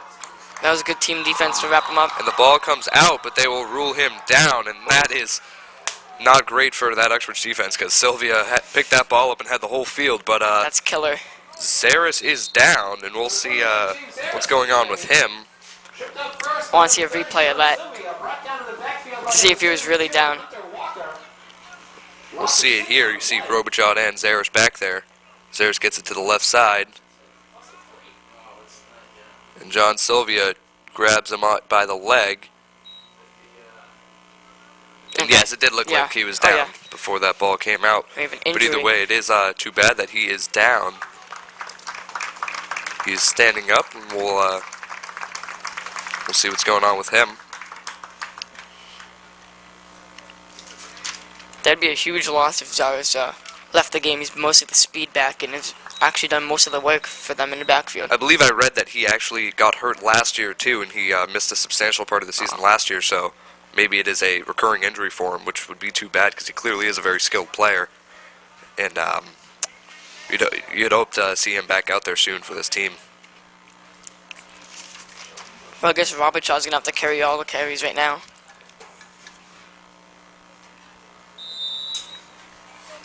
Cooper Bigelow heads back out there for the St. Bernards offense, and they're going to be have a chip on their shoulder now if Zaris is out. 2nd and 12. I'm assuming it's probably 4-down territory unless you have a trustworthy kicker, which you can never know in high school football. Bigelow will roll it to the right side, looking to pass. Good job evading a few would-be tacklers and finding number 22 for a reception, and he'll take it down for a touchdown. That is Manny Rodriguez right there with a nice play, and St. Bernards has taken a commanding lead now. Let me tell you, they're getting pretty lucky because we're coming so close to sacks and so close, and we can't quite put the finishing tackles on. But Bigelow is just doing a great job getting by those tacklers and making plays. And Zaris is heading back out there, but here's this last play here. Bigelow just looks like he's very comfortable in the pocket, and We almost had him wrapped up right at like the 35. And we couldn't tackle number 22 either. great job to just shed that tackle. But that extra point makes this game 21-7, and St. Bernards is up 14 points with 4 minutes and 7 seconds left in this third quarter. Uxbridge still has plenty of time, Oh, and yeah. like we said, high-powered offense, lots of passing, moves down the field quick, so definitely very possible that they get back into this game quickly. Oh, we need to. If we don't get a score here, I mean, it might be looking a little bit dim. Key is for Uxbridge to not get down on themselves. They don't have any momentum on their side right now, but they just got to go out there and earn everything. So we'll see right now if they can fight through this adversity and get some points back on the board for them. This is when White Cohen earns his stripes, you know, no garbage time touchdowns. Like, how well can you lead a comeback? He hasn't had to do that too often this year. Yeah. A lot of big wins for Uxbridge. That Leicester game was a good comeback win for them, and they couldn't pull it off against Grafton, but those were really the only two close games for him. Other than that, they've been mostly all big wins.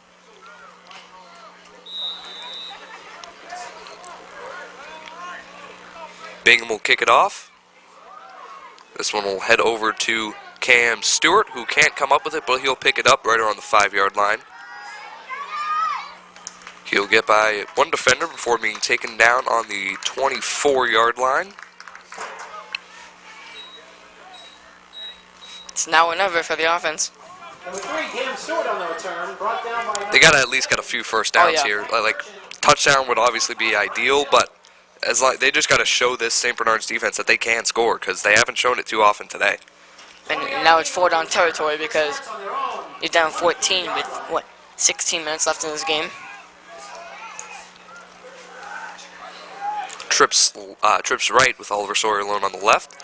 Cam Stewart will get this handoff, and he can't get by that tackler in the backfield. And this is not what Uxbridge needs right now. They can't let this St. Bernards defense get excited and get into this game more than they already are, because they're already very into this game.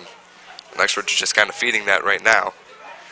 See Cam Stewart get that handoff right up the middle, and just a great job by that St. Bernards defensive lineman to get back there and wrap up and not let go. We need that big play to spark the offense, you know, get everything rolling. Because I don't doubt I know we can come back. I have no doubts in that. Like you said, just that one big play to get this offense going is what they need, and White Cohen will be looking for that here. There And you he'll go. give that over to Brent Whitlock for about a 12-yard gain or so, be taken down right around the 34, and that's a first down for this Uxbridge offense, and hopefully the beginning of a long drive. Yeah, keep it going. You don't need to throw it deep every time. I mean, here's a replay. Max has been rolling out more than we've seen, and he's actually a pretty good thrower on the run. And a good strike over there. So now 1st and 10, spread formation. White Cohen looks towards the right side. He'll give it to Brent Whitlock over there, who Good almost cut. hits the ground, but a nice job Oh. staying up and then getting down right around midfield. Good cut by Whitlock, and he added another, like, what, 5 to 7 yards on that. So now 2 first downs in a row for Uxbridge, and now they're still on their own 48-yard line, but right around midfield. Keep it going. Keep the line moving. I mean, we've seen Callanan, we've seen Stewart, we've seen Whitlock. Get everyone involved. 3 minutes left in this third quarter now. And Bigelow's not on Sawyer for the first time I've seen today. Give it to Callanan, and he'll get about 6 or 7 yards there. And I'm liking what I'm seeing from this Uxbridge offense. White Cohen making the right decision each time, just finding holes in this defense and getting whatever he can. And not a lot of time shaved off. Maybe a minute for all these plays. We have a fast-paced offense, and that plays to our advantage greatly in a time like this when we're down with not much time left.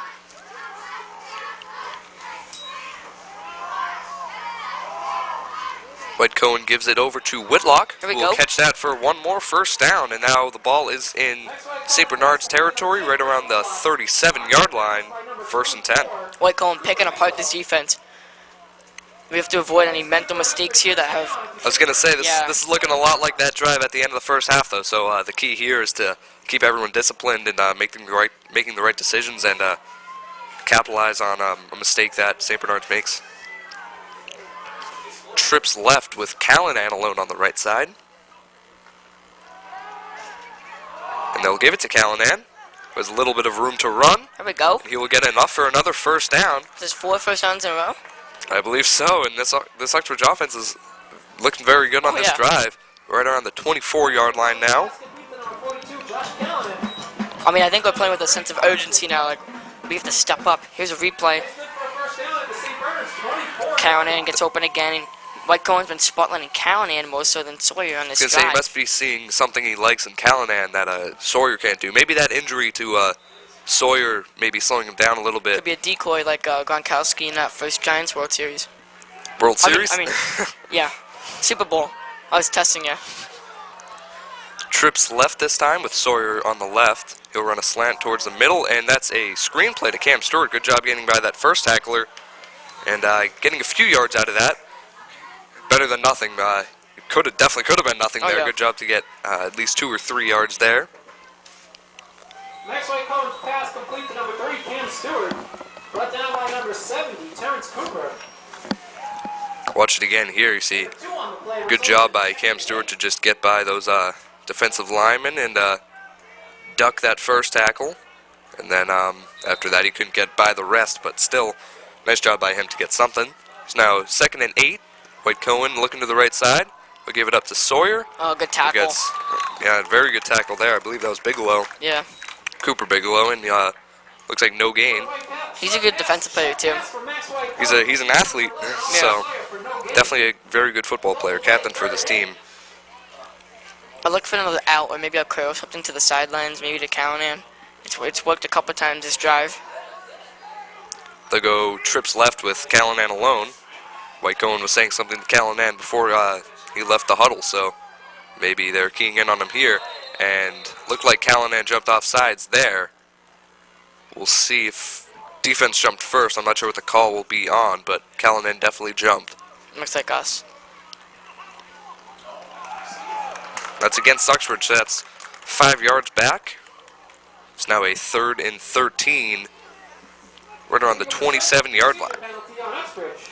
Result of the 5-yard penalty is 3rd and 13. Uxbridge has to stay up here. It's a big play. Still a 3rd and 8. And he'll give it to Sawyer deep. Oh, That's just out of reach. Bigelow doing a nice job just staying right Yeah. behind Sawyer. So it's not an interference call, but he's in the way. So it's a really good, smart play to just get in the way without interfering. Bigelow's definitely playing all over pretty tight today. More so than we've seen any other defender in the league play him. And it's a unique way, too, because you can see here just getting behind him so he can't get that lift off that he gets those big, Those when he big runs the leaps, streak, yeah. when he gets those catches. There's now 44 seconds in this third quarter, and Uxbridge looks like they'll be going for it on 4th and 13, and this play could have a big impact on the outcome of this game. Two receivers on each side. White Cohen will give it up to Callanan, and that'll be tipped away. Good play there by St. Bernards, and now they'll have a first down on the 27-yard line. That's such a promising drive. We had so much momentum early on in it, and we just can't quite put it all together. Here's a replay. Bigelow makes another defensive play here to break it up, and Bigelow quite possibly could be having a better game on the defensive end than he's having on the offensive end, even with that big touchdown earlier. Huge deflection there that really just gets all the momentum back on St. Bernard's side.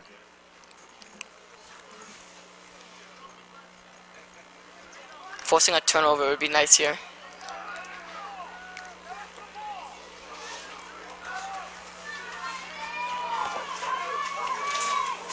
Bigelow hands that one off to Zaris.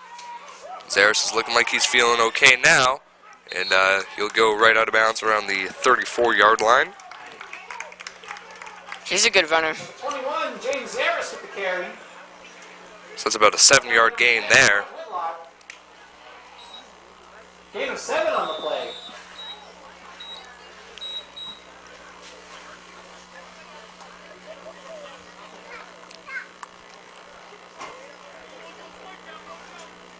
St. Bernard's going to look like to keep running the football, you know, where the time they can off the clock.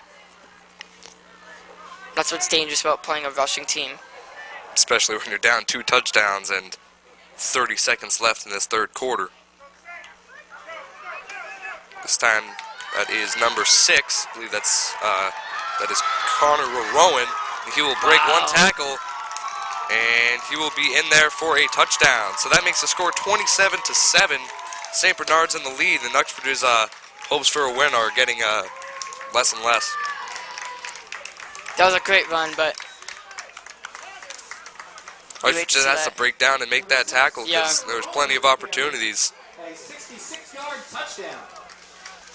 yeah, the tackling has not been as good as it has been in prior games, definitely, though. You've seen it on 2 plays now, Yeah. where first the 81-yard rush by Bigelow, and now that 66-yard rush by Rowan.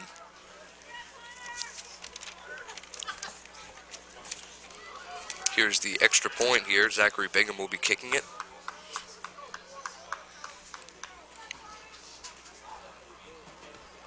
And that is good. Bingham 4 for 4 on extra points today, and the score is now 28-7 with 15 seconds left in this third quarter. So Andy, if it wasn't crucial to the score before for Uxbridge, it's crucial now. Oh, yeah. We're going to have to play a flawless game to pull this one out. And here's that last play once again. You see Rowan go in motion, and he gets that one out to the right side with those 2 linemen pulling. Sam Right there, Mojo had an opportunity right there, And also right here we had to wrap him up. and Cam Stewart just couldn't get in front of him completely. That was a good cut. Nothing you can do about that cut, but So just a great play by St. Bernards to get Rowan in the end zone and really get a big lead in this game. Looks like Cooper Bigelow's getting taped up on the sidelines there. He's played a heck of a game so far. I'd have to bet that he'd be sore. So, but the kickoff team is out there for St. Bernards. Sawyer, Butler, and Stewart back to return for Uxbridge.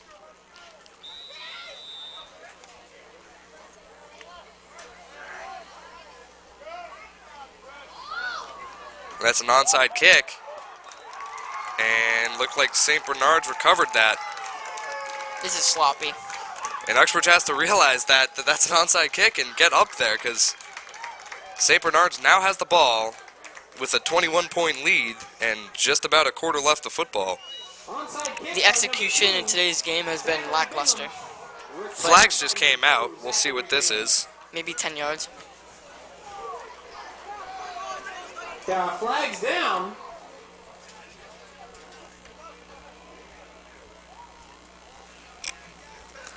St. Bernard's coach is now talking to a ref. We'll see what this call is. But those came out late and didn't look any players on either team were talking, so we'll see what it is.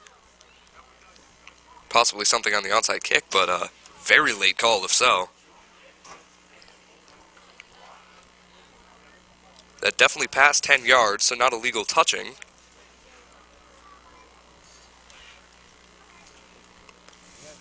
This is a strange play here because you saw the refs huddle up and then 2 flags came out. So we'll see what is going on, but definitely could be a interesting turn of events. The only thing I can think of is maybe an illegal formation, but... And they did have a weird huddle around the ball, so I don't know if maybe that could have been like an illegal block because they really did not let anyone in at all, but I don't see why that would be illegal. I think that's just a very well-executed onside kick.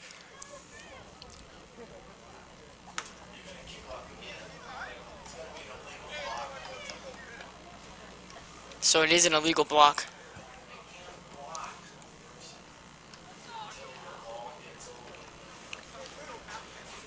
So it looks like they're sending the kickoff team back out there, and Uxbridge will have another opportunity to get this ball.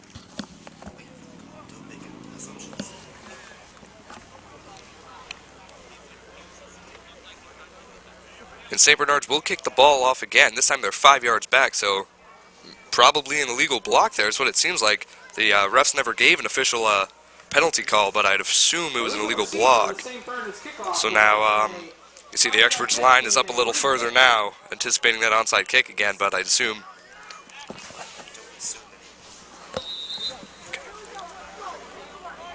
Uxbridge needs to wake up. I mean, not very good so far today. Bingham went up, about to kick, but then stopped and went back, so let's see if he's going to kick it this time.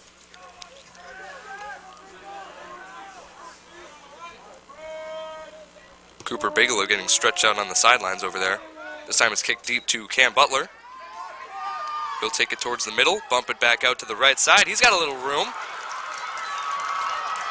And he'll be taken down right around the St. Bernards 45-yard line. That is a big return. You see the Uxbridge stands getting into it, Uxbridge players on the sideline getting into it, and hopefully that is a good sign for this Uxbridge offense, and they can get something going here. 5 seconds left in the third quarter, so likely one more play before the end of this quarter. Here's a replay. Butler shows his versatility and explosion as a returner.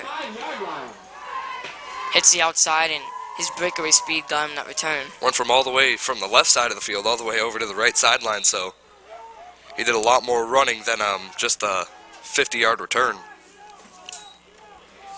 A snap bounces off the ground, but White Cohen gets it, hands it off to Cam Stewart for a loss of a few yards. And that is the end of the third quarter here. 2nd and 14 for Uxbridge coming up in the start of the fourth. Uxbridge down 28-7 after a big third quarter by St. Bernards to expand this lead from 7 points to 21 points. And Andy, Uxbridge has got to do a lot of things better than they have so far if they want to come away with the win here. Well, first off, we need a quick touchdown. That's definitely what we need. And then it's going to be an uphill battle for both the defense and the offense. They need to, if they might even onside kick it after that, but if they kick it deep, they got to force St. Bernards to stop the clock somehow. Yeah. They got to force them out of bounds. You got to force them to pass and have incompletions or something, because we saw at the beginning of this third quarter and for the drive that started in the first quarter and then in the second quarter, those drives were like 6 minutes each, and Uxbridge can't afford to just let St. Bernards control the ball for 6 minutes and not get it back. So Uxbridge really needs to score here, like you said, and then get the ball back, whether that is an onside kick or just forcing St. Bernards to have a quick drive. I would assume they'd have to, the more realistic one is the first choice, though, because the St. Bernards offense today, whether they have scored or not, they have controlled the ball for long periods of time, and that's, like, more points obviously would be great, but I think St. Bernards, for them, as long as they just hold the ball, they'll be good. We have time, but we need quick scores and turnovers. So Uxbridge will start off this fourth quarter, 2nd and 14. Trips right. White Cohen almost can't handle that snap either, but he gets it off to Cam Stewart, and he's got a little bit of room. He'll run over to the left sideline, and he'll be forced out of bounds right around the first down marker. A flag comes out. We'll see what this call is. Could have been a late hit there because he was around the sideline and there was a big hit, but not sure.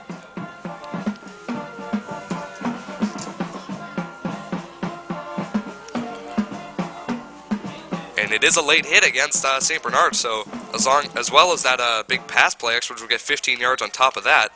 So Cam Stewart went out of bounds right around the 36-yard line, so the ball should be on the 21-yard line. Cam Stewart takes the short pass. Marked right around the 22, so 1st and 10 for Uxbridge, and now they're right near the end zone. chains closer. I think you should give a deep shot to Callan and Sawyer to get a quick score. Uxbridge now That would change the first and game. 10 on the St. Bernards 22-yard line.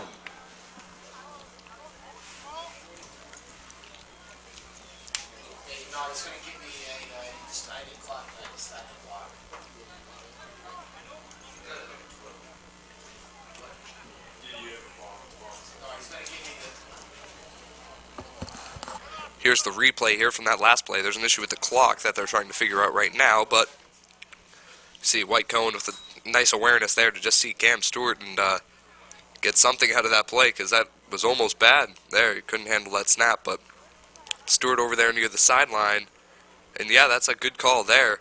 See number 7, Zach Merchant, just hitting Cam Stewart after he's out of bounds. So the clock has been set to 10:48 left in this fourth quarter.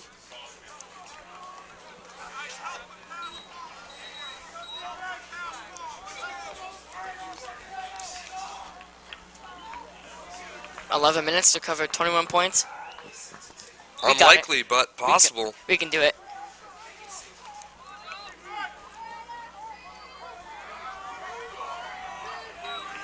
Trips left. Actually, no, empty. Empty formation with 4 receivers on the left. Cam Stewart gets that pass thrown to him on the left side. He'll get about 5 yards. And the big thing there was he got out of bounds, so the clock stops. And the clock management needs to be on our side this entire half. It's crazy Quarter. because there is a whole quarter left, but they have to be playing it like they're running 2-minute drills each time they're out there because they don't have any time. It'd be different if it was like a 1-score or 2-score game, but if it's a 3-score game, you got to do everything right. A 3-score game plus the St. Bernards offense that's just been chewing clock up all day, so this time it's looked like it was supposed to be a fake screen, but then White Cohen didn't have anything downfield, so he dumped it off to Cam Stewart, but he couldn't bring that in. So it's an incomplete pass, brings up a 3rd and 5. Max White Cohen's pass to number 3, Cam Stewart, falls incomplete. Brings up 3rd and 5 for the Spartans.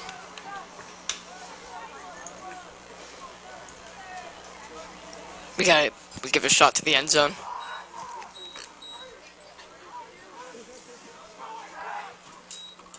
White Cohen rolls out to the right side, steps up, That's touchdown. throws it over to Wow. Callanan, and that is picked off by Cooper Bigelow, his 2nd interception of the day in the end zone. That'll be a touchback for St. Bernards, and they'll get the ball right around the 20.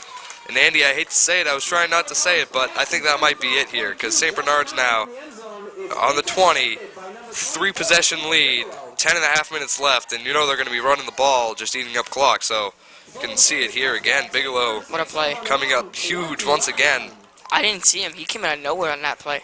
I think his speed just snuck up on me. White Cohen with a great pocket presence, looking for Josh Callanan, but Bigelow gets up again. You see Bigelow, and he's not a tall kid, so you think, I have Josh Callanan. He's a 6'3" receiver. He can get up and catch that, but you got to remember, Bigelow can jump. We've seen it twice today, maybe even 3 times if you count that deflection he had at the end of the 3rd quarter there. And so Bigelow's had a huge game defensively and offensively to really lead this team to the 28-7 lead that they have now.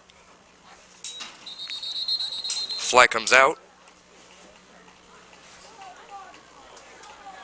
That'll be a false start against the offense. That'll bring him back 5 yards. Flag on the play, false start, St. Bernards. Result of the penalty is 1st and 15. Yeah, we needed a score on that possession, definitely, but Bigelow is a really good player.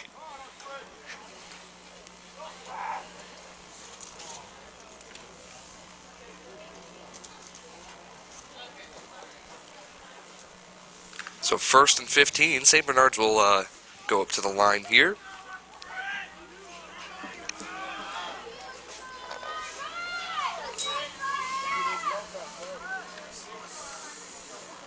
That'll be Rowan with it.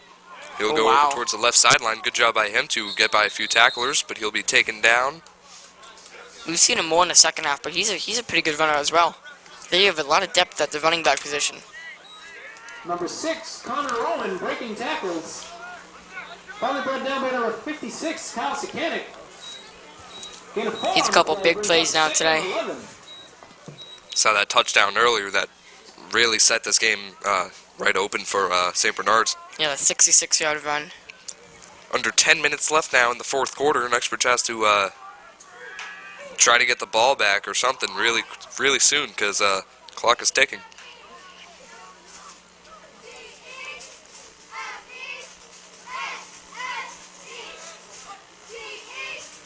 Play action, it's a pass, and Uxbridge has to be hoping to knock this down to stop the clock, and it is incomplete. So now with 9:26 left, St. Bernards is facing a 3rd and 11. Merchant looks like he got hurt. Number 24, Cooper Bigelow's pass intended for number 2, Zach Bingham, falls incomplete. Excuse me, Bigham, not Merchant. We've seen Bingham doing the kickoffs, punting, and extra points, 4 for 4 on extra points, so more than just a receiver for this team, also a very good kicker, special teams player, so that would be a loss for them. Zaris was also hurt earlier too, and he's back out there now, but either way, he's a little banged up too, so that's it's not good for St. Bernards, especially heading into next week's playoff games, to have 2 of your key players a little banged up.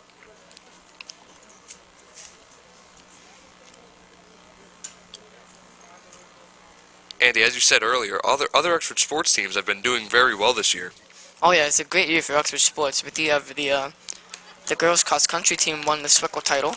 The boys soccer team came second in Swickle, and they're heading to districts. As long with the Friedake ladies, they're going to districts. And of course, this football team. Good to see Bingham up and walking off the field. See a few Uxbridge players giving him a pat on the back. Let's hope that he's all right. And yeah, Andy, Uxbridge sports has been on a great run. Last year, you saw the football team losing to Northbridge in the Central Mass title, but still a very good season for them.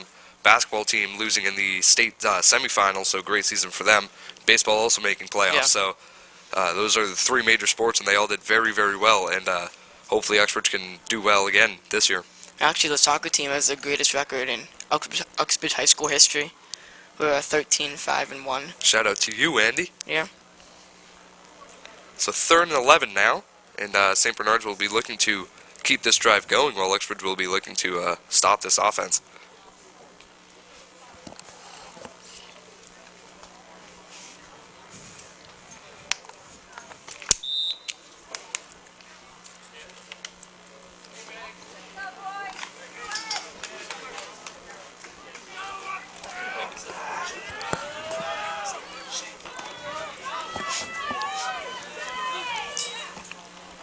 Bigelow drops back to pass. He has a receiver open. Sawyer comes up, and he will stop him short of the first down. That was Rowan with that catch there. Cooper Bigelow's pass is complete to number 6, Connor Rowan. Pushed out of bounds by number 11, Oliver Sawyer. Play brings up 4th and 2 for St. Bernards. Looks like St. Bernards will bring out the punt team. Good decision there. Just, you can't risk it. How this offense has moved today, I think it's a safe bet that they definitely could get the first down, but good decision by them to take no risks and punt it deep. I'd still like to see Uxbridge, get another touchdown or 2. And they never quit, and I don't expect them to, but Maybe the win might be out of reach, but like you said, Andy, I'd like to see them to not stop fighting and just keep going out there and trying to get some points on the board. Because after that, I believe that was the second possession of the game when Uxbridge got that touchdown to Josh Callahan. And since then, not much has happened. So the timeout is called, but looked like that was just to get a little extra time. Looked like they might have come close to getting a delay of game penalty, but either way, they'll still be punting it. 8:25 left in this fourth quarter.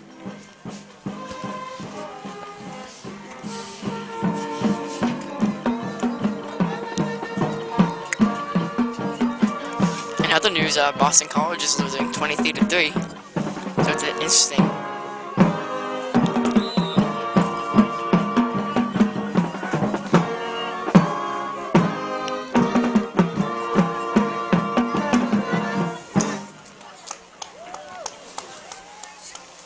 Zach Merchant will do the punting for St. Bernards, and he will run it out to the left side before punting it. Doesn't get a whole lot on it. That punt will go out of bounds right around the 45-yard line.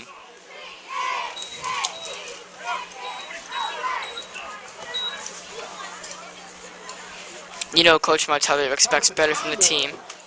Once again, not the greatest As number 7, Zachary Martin, performance, but we're going to take the high road here and still work to the final whistle.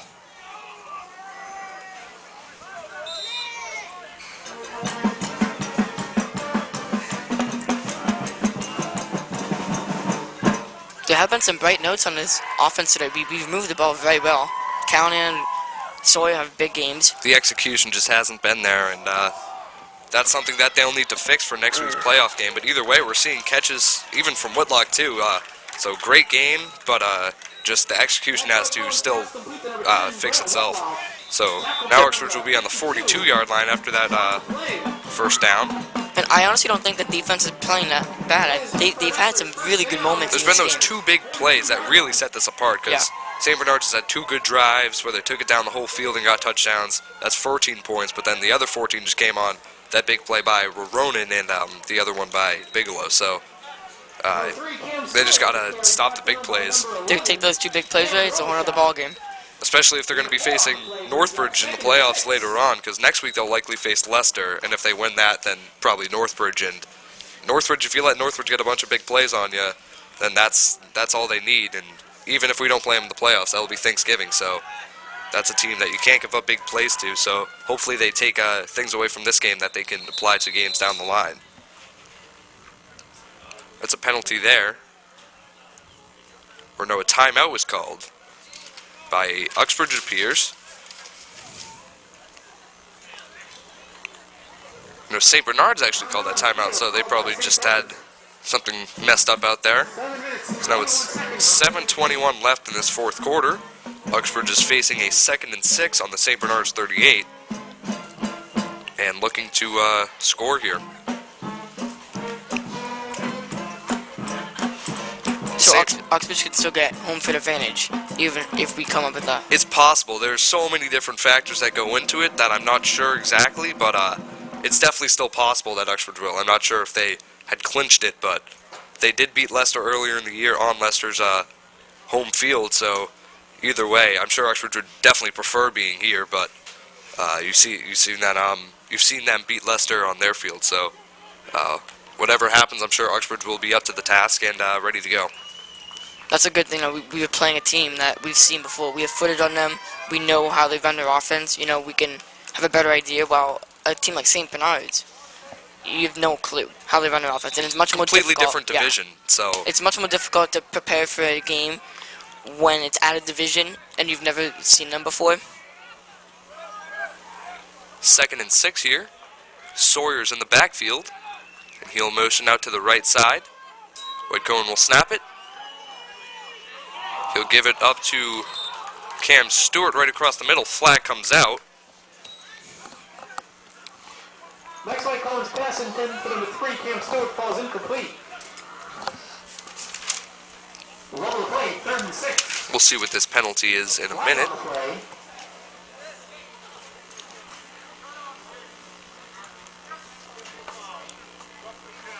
Roughing the passer against the defense. That's a lucky call for Uxbridge there. I think that was against Zaris. Zaris was in the backfield. I think he got him as White Cohen threw the ball, but either way, that's 15 yards for Uxbridge, and now a 1st and 10 on the 23 actually.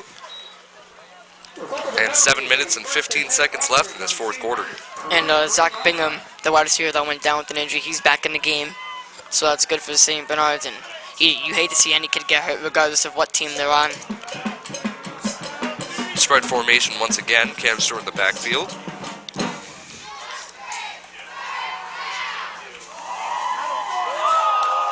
And that pass is almost picked off there. That was not a good read by White Cohen. You don't want to be late over the middle. Parker Bigelow almost made a nice play there, and but either way, 2nd and 10 now for Uxbridge. You can see here, just White Cohen thought that he was going to have Callahan on that out, but Parker Bigelow, just like his brother, you can't sleep on him, especially even when he's guarding those big receivers. So, nice job there. So 2nd and 10 on the 24, and 3 running backs back there. And this is something that we don't see often from Uxbridge, but we have seen a few times. We And saw that goes that. to John Sylvia, who goes Yeah. for about 8 yards there. We saw that formation in the Millbury game, and it actually got us 3 straight really good plays in the red zone and got us a touchdown. After that 6-yard gain, actually, it's about a 3rd and 4. Up the middle for a gain of 5 yards. Brings up 3rd and 5 for the Spartans.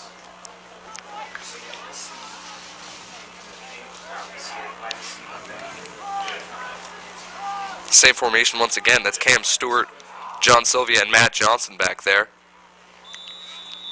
John Sylvia gets it once again, and he's right around the first down marker. Looks like they'll mark him just short. Number 30, John Silver, the carry, good for 4 yards. Play brings up 4th and 1. It's now 4th and 1, and Uxbridge wants to get a touchdown.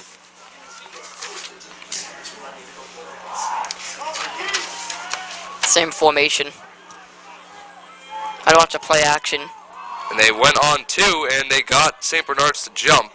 Sylvia still gets the handoff, and he's right around the first down marker, but it likely does not matter, as Uxbridge will accept that penalty. Number 30, John Silver with the carry, brought down by number 52, Sean LaFlame. There's a flag on the play. 52, Sean LaFlamme is back in the game now after he was hurt earlier, so he's another player that's a big player for this team that's gone banged up a little bit today.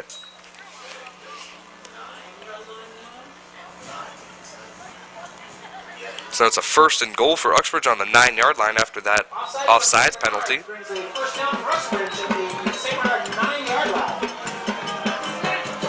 5 minutes and 40 seconds left in this 4th quarter. White Cohen drops back to pass. He'll throw it to Brent Whitlock, I believe, in the end zone, and that's a touchdown. And that's a great play for Uxbridge. You'd love to see them still fighting and get that touchdown on the board. And someone is hurt for St. Bernards. Whitlock gets his 4th touchdown reception of the year, and it's nice for a senior to get it on his final home game. Can't tell who that is down for St. Bernards.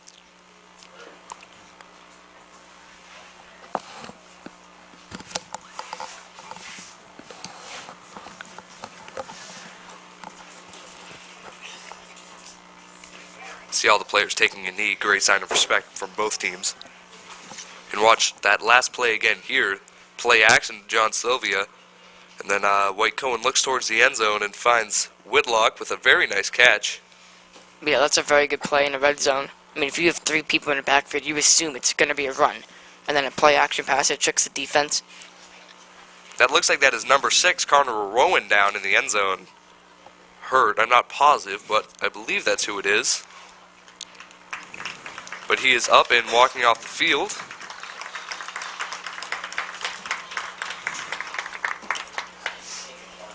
Well, on another note, I mean, Uxbridge will onside it here.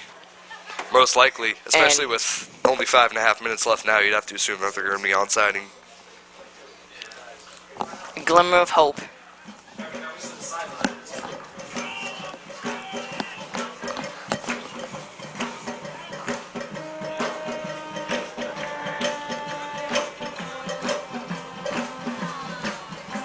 He looks to be walking off on his own power, so that's a good sign for Connor.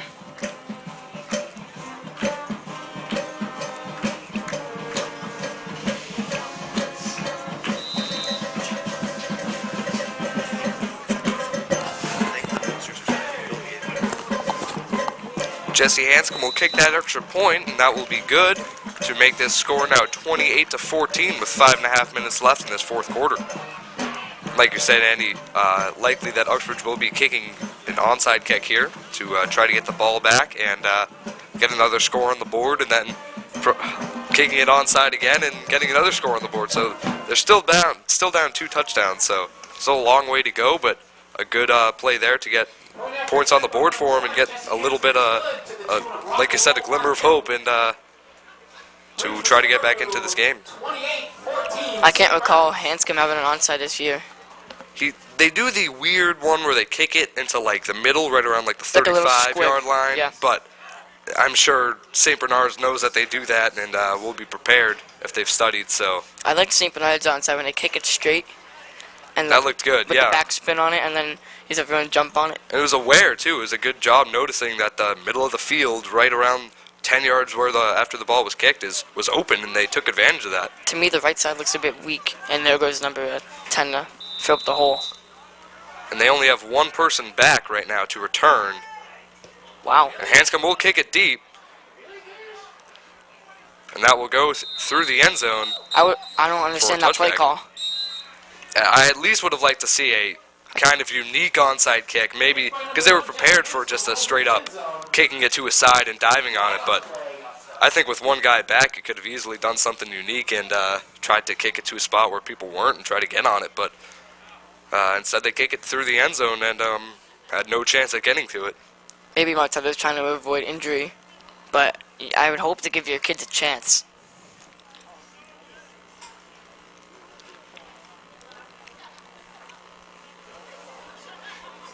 Looked like there was a flag down on that kick.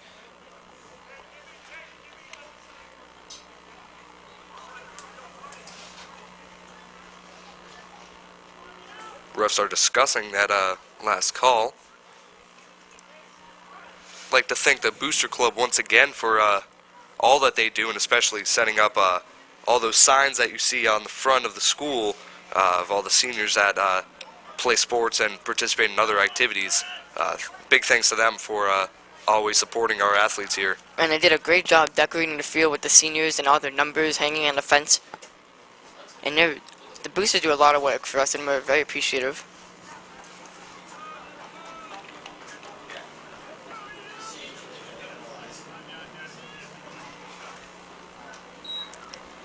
So that seemed to be a penalty against Uxbridge that was tacked on after the touchback. So St. Bernards was starting the 25 instead of the traditional 20 on the touchback.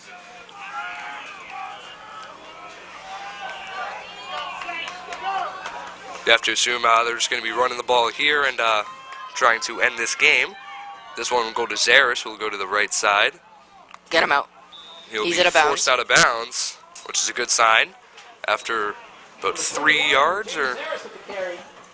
And yeah, there's what they did for these seniors. That's really nice. And the pumpkins and the caps and the fence, it's really, really decorative, and it looks good. That's the first time I recall them doing something like that. Do things like that all the time, but that's a really good idea, and that looks really good. So, again, big thank you.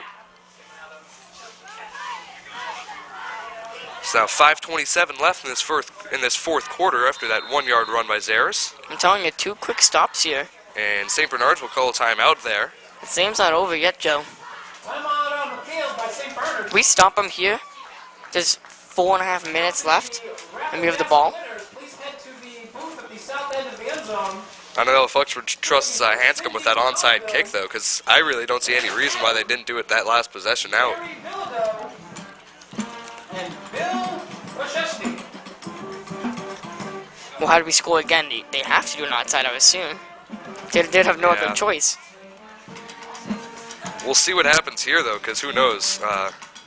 First they have to get the ball back. Yeah. And then score. So, still a few more things have to happen before we worry about that. We've seen Uxbridge score in under a minute, numerous times. So, the quick offense is there. We just have to get one more change of events, one more turnover or something. They need things to go their way, because they haven't so far. They've gotten unlucky, and you can't blame that on anything. They've just gotten unlucky with plays, so they need to hope that luck swings their way and take advantage of that. This will be a pretty sweet comeback, though. Put your rally cap on, Andy. It's on. Over my headset. Bigelow's lined up in the backfield. He'll play action to Zaris, and he'll roll out to the left side looking to pass.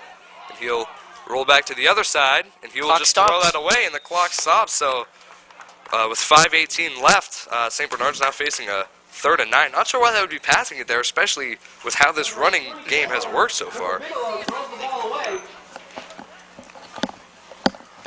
Also, a big thank you to our crew who's to to our crew, UCTV, for working the cameras today and setting this up for me, Joey Dubois, and Andy Quiros to broadcast this game. Yeah, UCTV does a great job of covering all the games. If they run the ball here and we stop them, I'd call an immediate timeout. So then you get the ball back with around 5-10 left. Uxbridge should still have at least a couple timeouts. I'm not sure how many exactly, but I don't think they've called one. In this half, I'm pretty sure we have all timeouts remaining, but we need a big stop here. Bigelow will pass it once again. He'll try to give it past Scott Blanchard, and a great job by Scott Blanchard to just tip that pass out of the reach of number 22, Manny Rodriguez, who we saw catch that touchdown earlier today. It's not over yet, Joe. So 4th and 9 on the 26. You'd have to assume they're going to be punting it here. You can see that last play again. Bigelow running that play action rollout, looking for Rodriguez. Not sure if they would throw the ball twice in a row when they could run it and have us burn some timeouts, but it plays to our advantage. I'm not complaining, Andy. I'm surprised they didn't run it, but worked in our favor, so we'll see if Uxbridge can capitalize. 4th and 9, and St. Bernards just setting up to punt. Thank you to Cameron Clark, Barry Giles, Kaylee Olsen, and Jim Hogan for the production of this game. And Matt Johnston tries to pick up that punt and return it, but he just lets it go and instead dives on it. And like you said, Andy, big thank you to all those people for working the cameras for today's game. And all season, actually. We've been here and we put a lot of hard work into this. And hopefully it's not the last game that we'll be doing this for, Andy. 27-yard line. And not only football, though, covering all sports. So big thank you to all those people. Yeah, and soccer and baseball and basketball, and they work really hard up there. Exactly 5 minutes left in this 4th quarter. Uxbridge still needs 2 more touchdowns to tie this game up. I'm trying to come back. Quick touchdown. We can stop him. Trips left formation with Callanan alone on the right. And he'll give it to Sawyer with a nice catch. And he'll be taken down right around the 42-yard line. Uxbridge should probably try hurrying up to the line. Yeah, we have to go quick here. We don't want to waste any time. But when the chains move, it does stop the clock for us, but that play took 8 seconds off the clock. Uxbridge with a quick huddle, and then they'll be right back out there. And now they're back into a spread formation. White Cohen drops back, throws it over to Sawyer. And He's Bigelow out. He's out. Gets on him, but looked like Sawyer got out of bounds. It's pretty close, but either way, just about no gain there. I think they'll call him out of bounds. So, but it gives us some extra time to call a play, and that's the important part. Good job by Sawyer to realize what matters more, like the 2 yards or getting out of bounds. Yeah. And good job to get out of bounds and save the time. You got to take a shot pretty soon.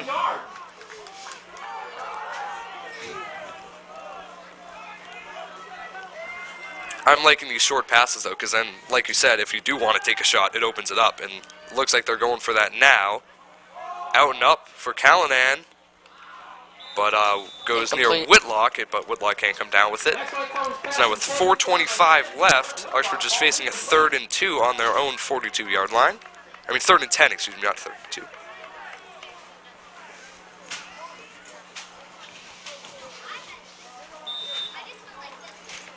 Maybe a quick out here, get out of bounds, get maybe 8 yards or something. This is 4-down territory for sure. Exactly, so you have an extra play. Trips right, Sawyer alone on the right side. Trips left. Fake screen draw. Good play call there, and Cam Stewart is really close to a 1st down. They're going to give him it. The referee on the right side has him. Yeah, and yep, that will be a 1st down. Clock stops to adjust the. 1st down in St. Bernards territory. Every play, Stewart with the big burst and had a lot of open field because of the draw. Everyone expecting a pass, and we dropped a quick draw on them. Now 1st and 10 on the St. Bernards 47, empty formation. Here it is. And White Cohen throws it deep to Callanan. It's over everyone's head. And the cornerback for St. Bernards almost came down with that interception there. But just couldn't bring it in. I believe that was Parker Bigelow. Deep pass from Max White Cohen intended for number 42, Josh Callan, and falls incomplete. We gotta keep doing those deep balls because worst case scenario, I mean, even if it's incomplete, it still stops the clock, gets another chance. So here's a replay.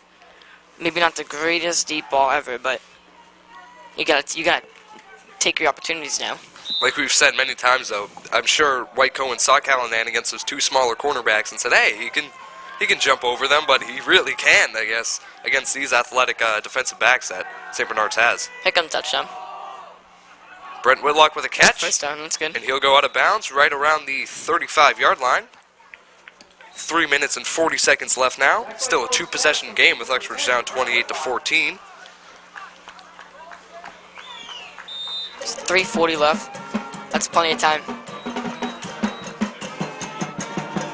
Especially when you have all your timeouts remaining. But I mean, Coach Martello is probably saving his timeouts for the defensive side. Have we not returned the onside kick? Because you'll need him. Empty formation once again. White Cohen gives it to Cam Stewart across the middle, catches that right around the 20-yard line, and gets taken down around the 16 or 17-yard line. First one to the end zone. I'd say that's a very, very big possibility, especially when you have a threat like Oliver Sawyer. So with 3 minutes and 32 seconds left here, Uxbridge has a 1st and 10 on the 17-yard line, and an opportunity to strike once again and hopefully get back into this game.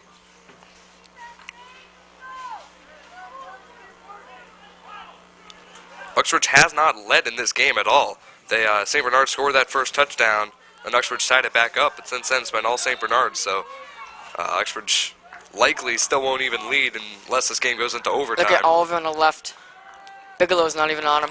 They'll give it to Whitlock, who gets that pass just broken up. I believe that was Bigelow who got in there at the last second and tipped that out. That was a dangerous pass. Bigelow has White Cohen's number today, so I wouldn't really be targeting whoever Bigelow's covering. Bigelow Island over there on the right say, side of the field. The Darrell Rivas effect. See James Ayers hustling out on the field, but we'll see 2nd and 10 here with 3:26 left. White Cohen looking for Oliver Sawyer, who'll catch it and then get out of bounds after about 9 yards. So now he'll be down right around the 9-yard line. Max White Cohen's pass complete to number 11, Oliver Sawyer. Pushed out of bounds by number 6, Connor Rowan. Is that Oliver's 9th catch of the day? Something like that. He's not a whole lot of yards, which is it's kind of the opposite. He usually gets a lot of yards and not a whole lot of catches, but still leads CMS in catches, and I assume after a 9-catch performance, he's going to finish the year with that title, or the regular season at least. White Cohen passing it, and he'll look for Sawyer, who'll catch it. Looks like he didn't get out of bounds. We got to go quick here. And he's down right around the 5-yard line. We did get a first down, though.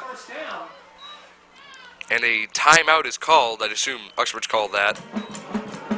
Looks like a timeout was called. Yes, it was by Uxbridge. So I think that's a good call there, because now you're getting to that point where you really do have to save every second. And obviously, like you said, you'd love to save those timeouts in case the onside kick doesn't work out. But there's a point where you got to just really call them to get points on the board first, because that's the more crucial part right now. Exactly. Obviously, you got to be thinking ahead, but first they need to score a touchdown. I'd be looking in the really slot. I'd be looking in the slot here.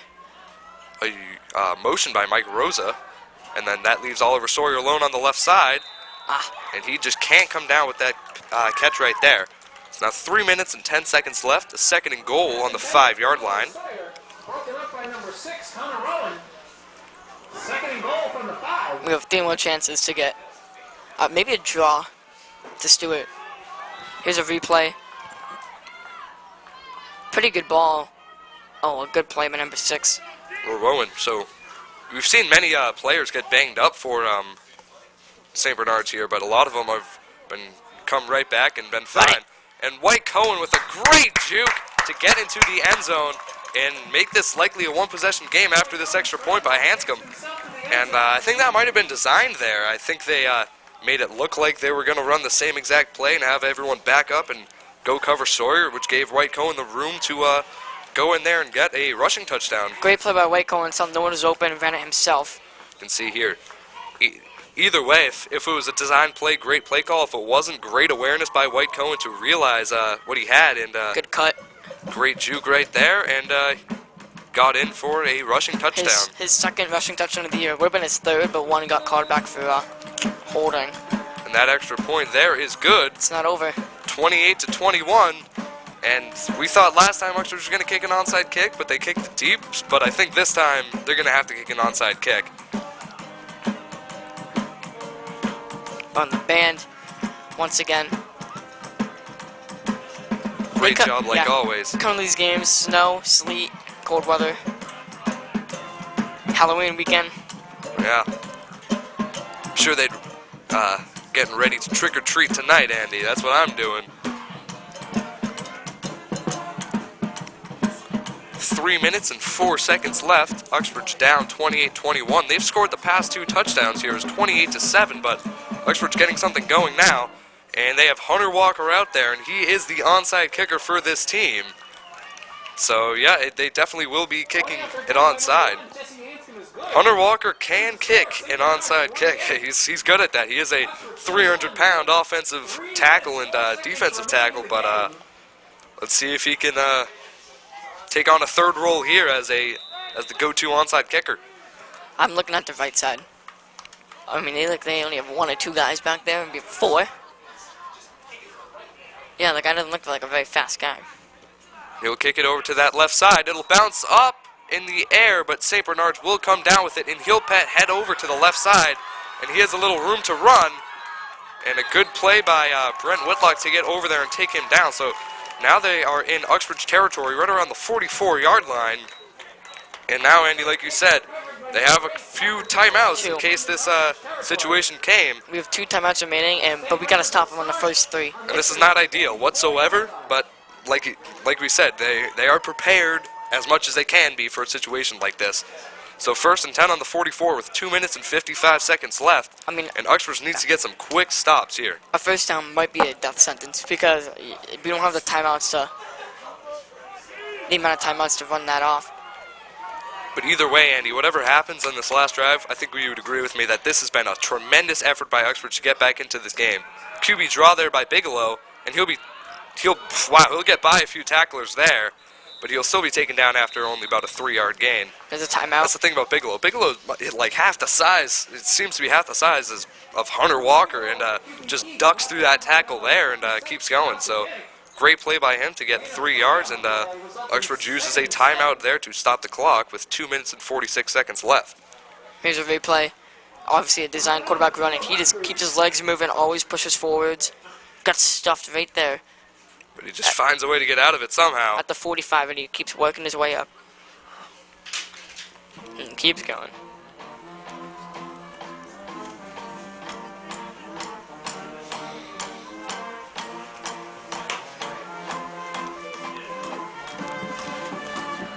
Some stats for today's game so far. Max White Cohen thrown the ball 55 times, and he has 28 completions for 277 yards. Here the replays again one more time.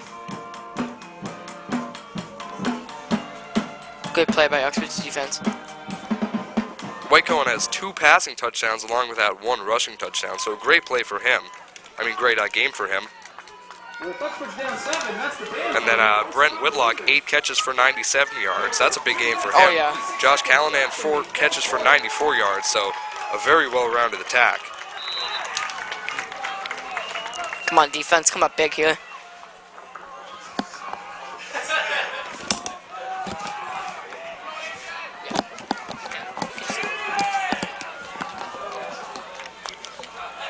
Bigelow's back there with Robichaud. He'll take it himself towards the right side. Get him.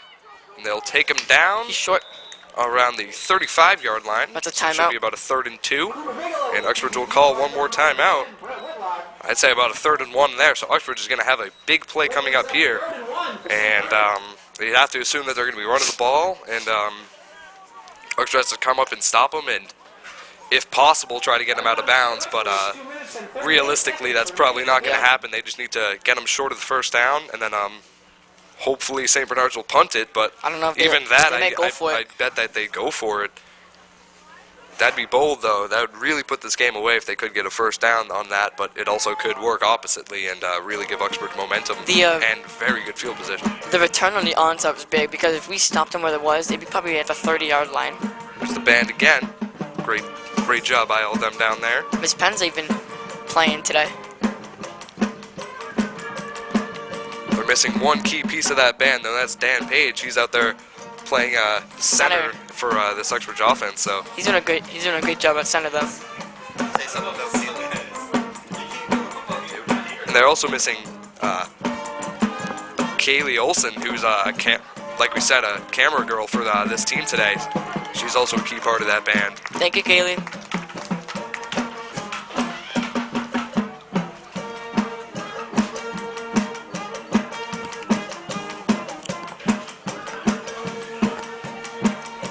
Probably the biggest defensive play the Uxbridge season thus far.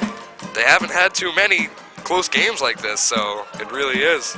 I'd probably look for another reverse or a Bigelow keep. Get him! Yeah!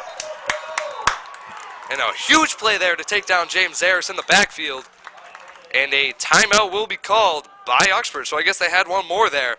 And now that sets up about a 4th and 7 for St. Bernards, and they have a tough decision to make here. I don't know if they can go for it. 2 minutes and 31 seconds left, and they're really going to have to decide if they trust their offense enough here to get a first down or if they want to be conservative and send out that punt team. I don't know if I would go for it. 7 yards to go, and if you don't get it, they have good field position. Because if they do get the first down, that is it. Because Uxbridge should be out of timeouts now. That's it. Yeah. And that's it. But if they punt it, then Uxbridge has bad field position, but still possible. Chance, yeah. But if they go for it and don't get the first down, then Uxbridge only has 60 yards to go. Yeah. Interesting play call. Which is possible. Which is a lot more possible than say going from the 10-yard line. So. I bet you Coach Martelli would go for it. Probably, but it's not Coach Martellio's call. This is Coach Tom Bingham's call of St. Bernards. So he has a very tough decision to make now.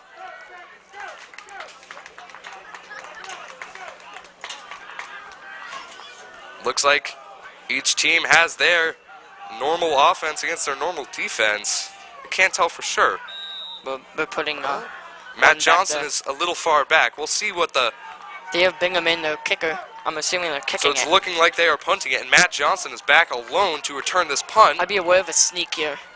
And you can see Coach DeVoe motioning for something. I'm not sure what. Let it go. But Johnson should just let that go through the end zone, and it goes in. So lucky bounce there for Uxbridge, and Uxbridge will get the ball on the 20-yard line with 80 yards to go, and 2 minutes and 24 seconds left. It's not over. 24 seconds remaining. It's not over till it's over. And I'm not positive here, but I believe Uxbridge has no timeouts left. Yes. If they have any timeouts, I can't imagine it being more than one. Yeah. So we gotta work to the sidelines. They need to be really smart here and really fast with everything they do. So 80 yards to go, 2 minutes and 24 seconds, and this drive starts right now for Uxbridge. Spread formation. White Cohen looks towards the left side, scrambles out there, and he'll run. And a good job by him to get about 7 yards before heading out of bounds. Andy, this is a tense game right now, and one that, as we said, has playoff implications. Huge playoff implications. And although this is not a direct playoff game, the winner of this game doesn't directly affect the other. It affects the whole Division 5 landscape and the Division 6 landscape. So we'll see what happens, but either way, phenomenal game to watch. White Cohen gives this one to Oliver Sawyer, and he gets out of bounds. It's another 9 yards or so, and he'll be down right around the 34-yard line, 1st and 10. Those routes, we got to keep doing those routes. 2 minutes and 13 seconds left, and 2 quick plays, a first down, not much time off the clock, so. Those plays are the key, the one to the outside. Spread formation once again. This is great. This really is what you expect in a football game. This is such a great game to watch. White Cohen looking for Sawyer again. That one goes out of bounds. Nice catch by Coach Bob over there. Let's get him a jersey. 2nd and 10, but you know that you got to accept that if it stops the clock, it's not a failure. Exactly, So, and you still have 3 more plays on. So 2nd and 10 now, with 2 minutes and 10 seconds left in this game. I don't really think time's the issue as much, more so than. I think they're kind of equal issues. I think you still do have 65 yards to go, but you also only have 2 minutes and a very small amount of timeouts. Oliver Sawyer deep, can't get to it in time. Because now we have 3rd down and there's still 2 minutes and 5 seconds remaining. Pass intended for number 11, Oliver Sawyer, falls incomplete. I don't think we should throw anything over the middle though, because that would just waste an extra probably 15 seconds after the play. Unless it's really deep. Unless it's unless you send Sawyer up a seam down the middle. But I doubt that. I think they're gonna go deep down the sideline here. You see Sawyer and Whitlock as the outside guys. Whitlock's open. Oh, we had White Cohen misses him, but still, receivers are getting open, and that's the key. So you got 4th and 10 here, and the game is on the line. Who do you throw to? Who's open? Who's open? Really, that's you gotta just make a good decision. I think that's the key. You can't, and something that we saw from White Cohen earlier in the year, but not really now. Is looking down one guy. Yeah, he hears the play and he goes, okay, I'm throwing it to Oliver. Okay, I'm throwing it to Josh. He has done a nice job widening, just being overall smarter and being more open with the play. But right there, that's a false start by Sam Wojda. They'll bring it back 5 yards.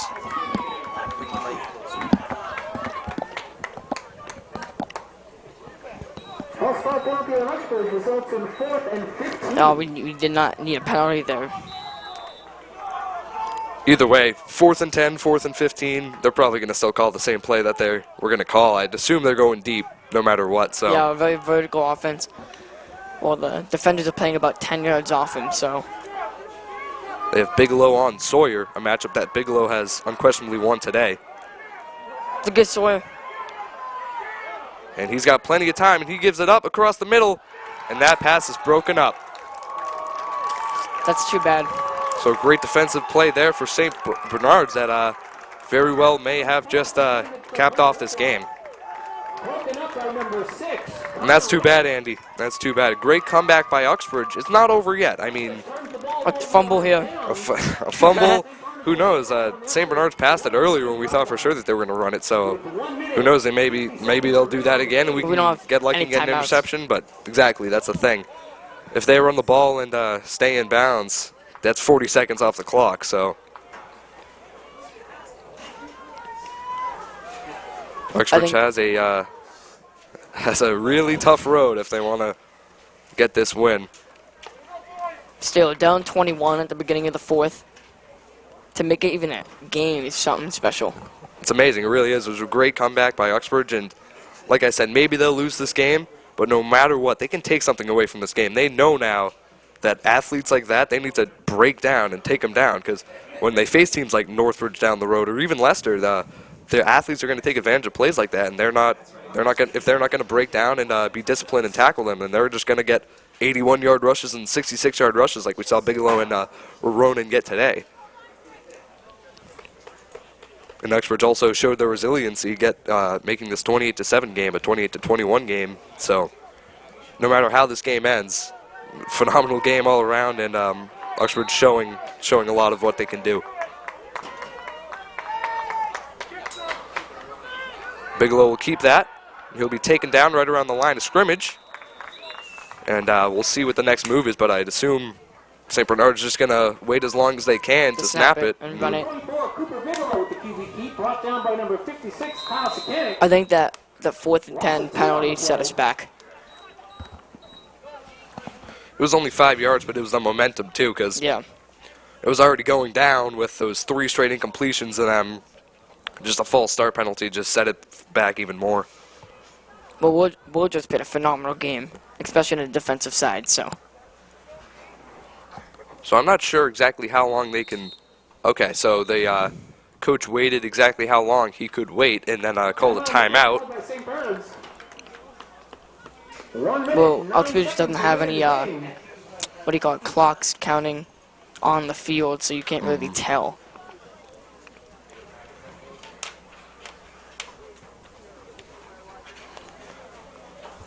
So this is If you're just joining us, what a game this has been. St. Bernards started off the scoring with a touchdown, and then Uxbridge came right back and tied it up at 7-7 before St. Bernards got another touchdown. So at halftime, the score is 14-7. Third quarter, St. Bernards had two big plays that put the score 14-7 to 28-7. And the game looked out of reach, but Uxbridge did a great job getting back into this game, making it 28-21. And they just had a 4th and 10 around the 4th and 15 actually around the 30-yard line and just couldn't get it. Now St. Bernards has a 2nd and 12 with 1:09 left. Uxbridge without any timeouts. Just a little bit too late. If we could play like we did in the fourth quarter, we would have won this game. We played a phenomenal fourth quarter, but we had such ourselves in a hole that we couldn't really come out of it. And unless a turnover here, then.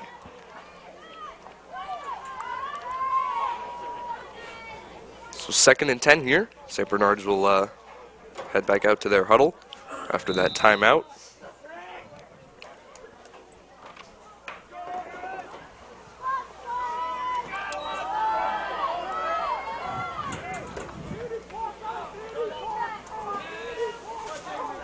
Robichaud in motion. Bigelow will keep it himself towards the left side. He'll be taken down right around the 24-yard line. That'll bring up about a 3rd and 5. I believe St. Bernards is out of timeouts with 2. Number 24, Cooper Bigelow. Was that the last one? Tripped up by number 5, Sean Creighton. So now clock is running. Right around 45 seconds left in this fourth quarter.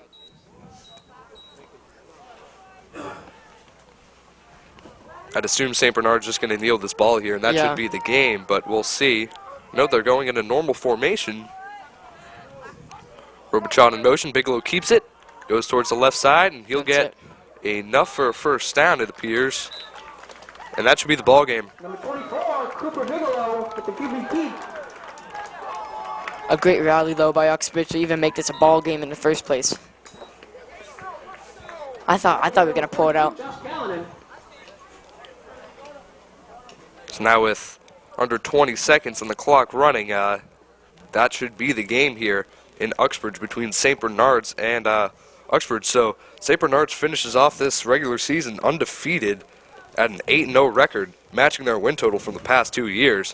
Uxbridge falls to 6-2, but hey, they've lost to two very good teams. St. Bernards, who's should be the number 2 seed in Division 6, but just behind Littleton, who's a perennial powerhouse in Division 6, and losing against Grafton, a playoff team in Division 4, division above them. So those are two really good teams that they lost to.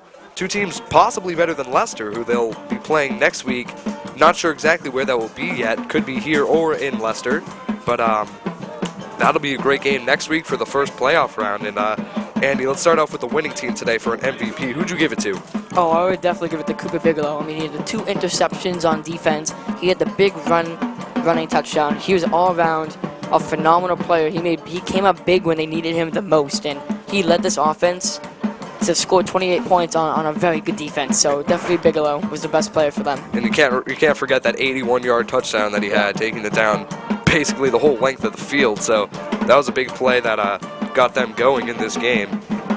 So just some final stats for this game for Bigelow. He had 56 passing yards and a passing touchdown and 118 rushing yards and 2 touchdowns. So quite the game for him. For Uxbridge, Andy, who would you give it to? Oh, it's a tie. Max and Brent both came up big today. I mean, Brent, you'd like to see that on his senior day. Had probably his best game ever. 8 catches for 100 yards. Solid effort. And on White Cohen had 3 touchdown passes, and he led the team back in the fourth quarter when we were looking like we had no momentum. And White Cohen threw the ball around 60 times. And yeah. This is still his first season playing varsity quarterback, so he doesn't have a whole lot of experience under his belt. But today will go a long way to building his confidence and telling him that he can do things like this. He can make a 28-7 game that seems like it's over. He can make it a game again and almost bring them all the way back. So quite the effort today by Uxbridge to almost get back into this game, but just came short. So final score 28-21, St. Bernards winning. And I'm Joe Dubois. I'm Andy Kuros. We'll see you next time on UCTV.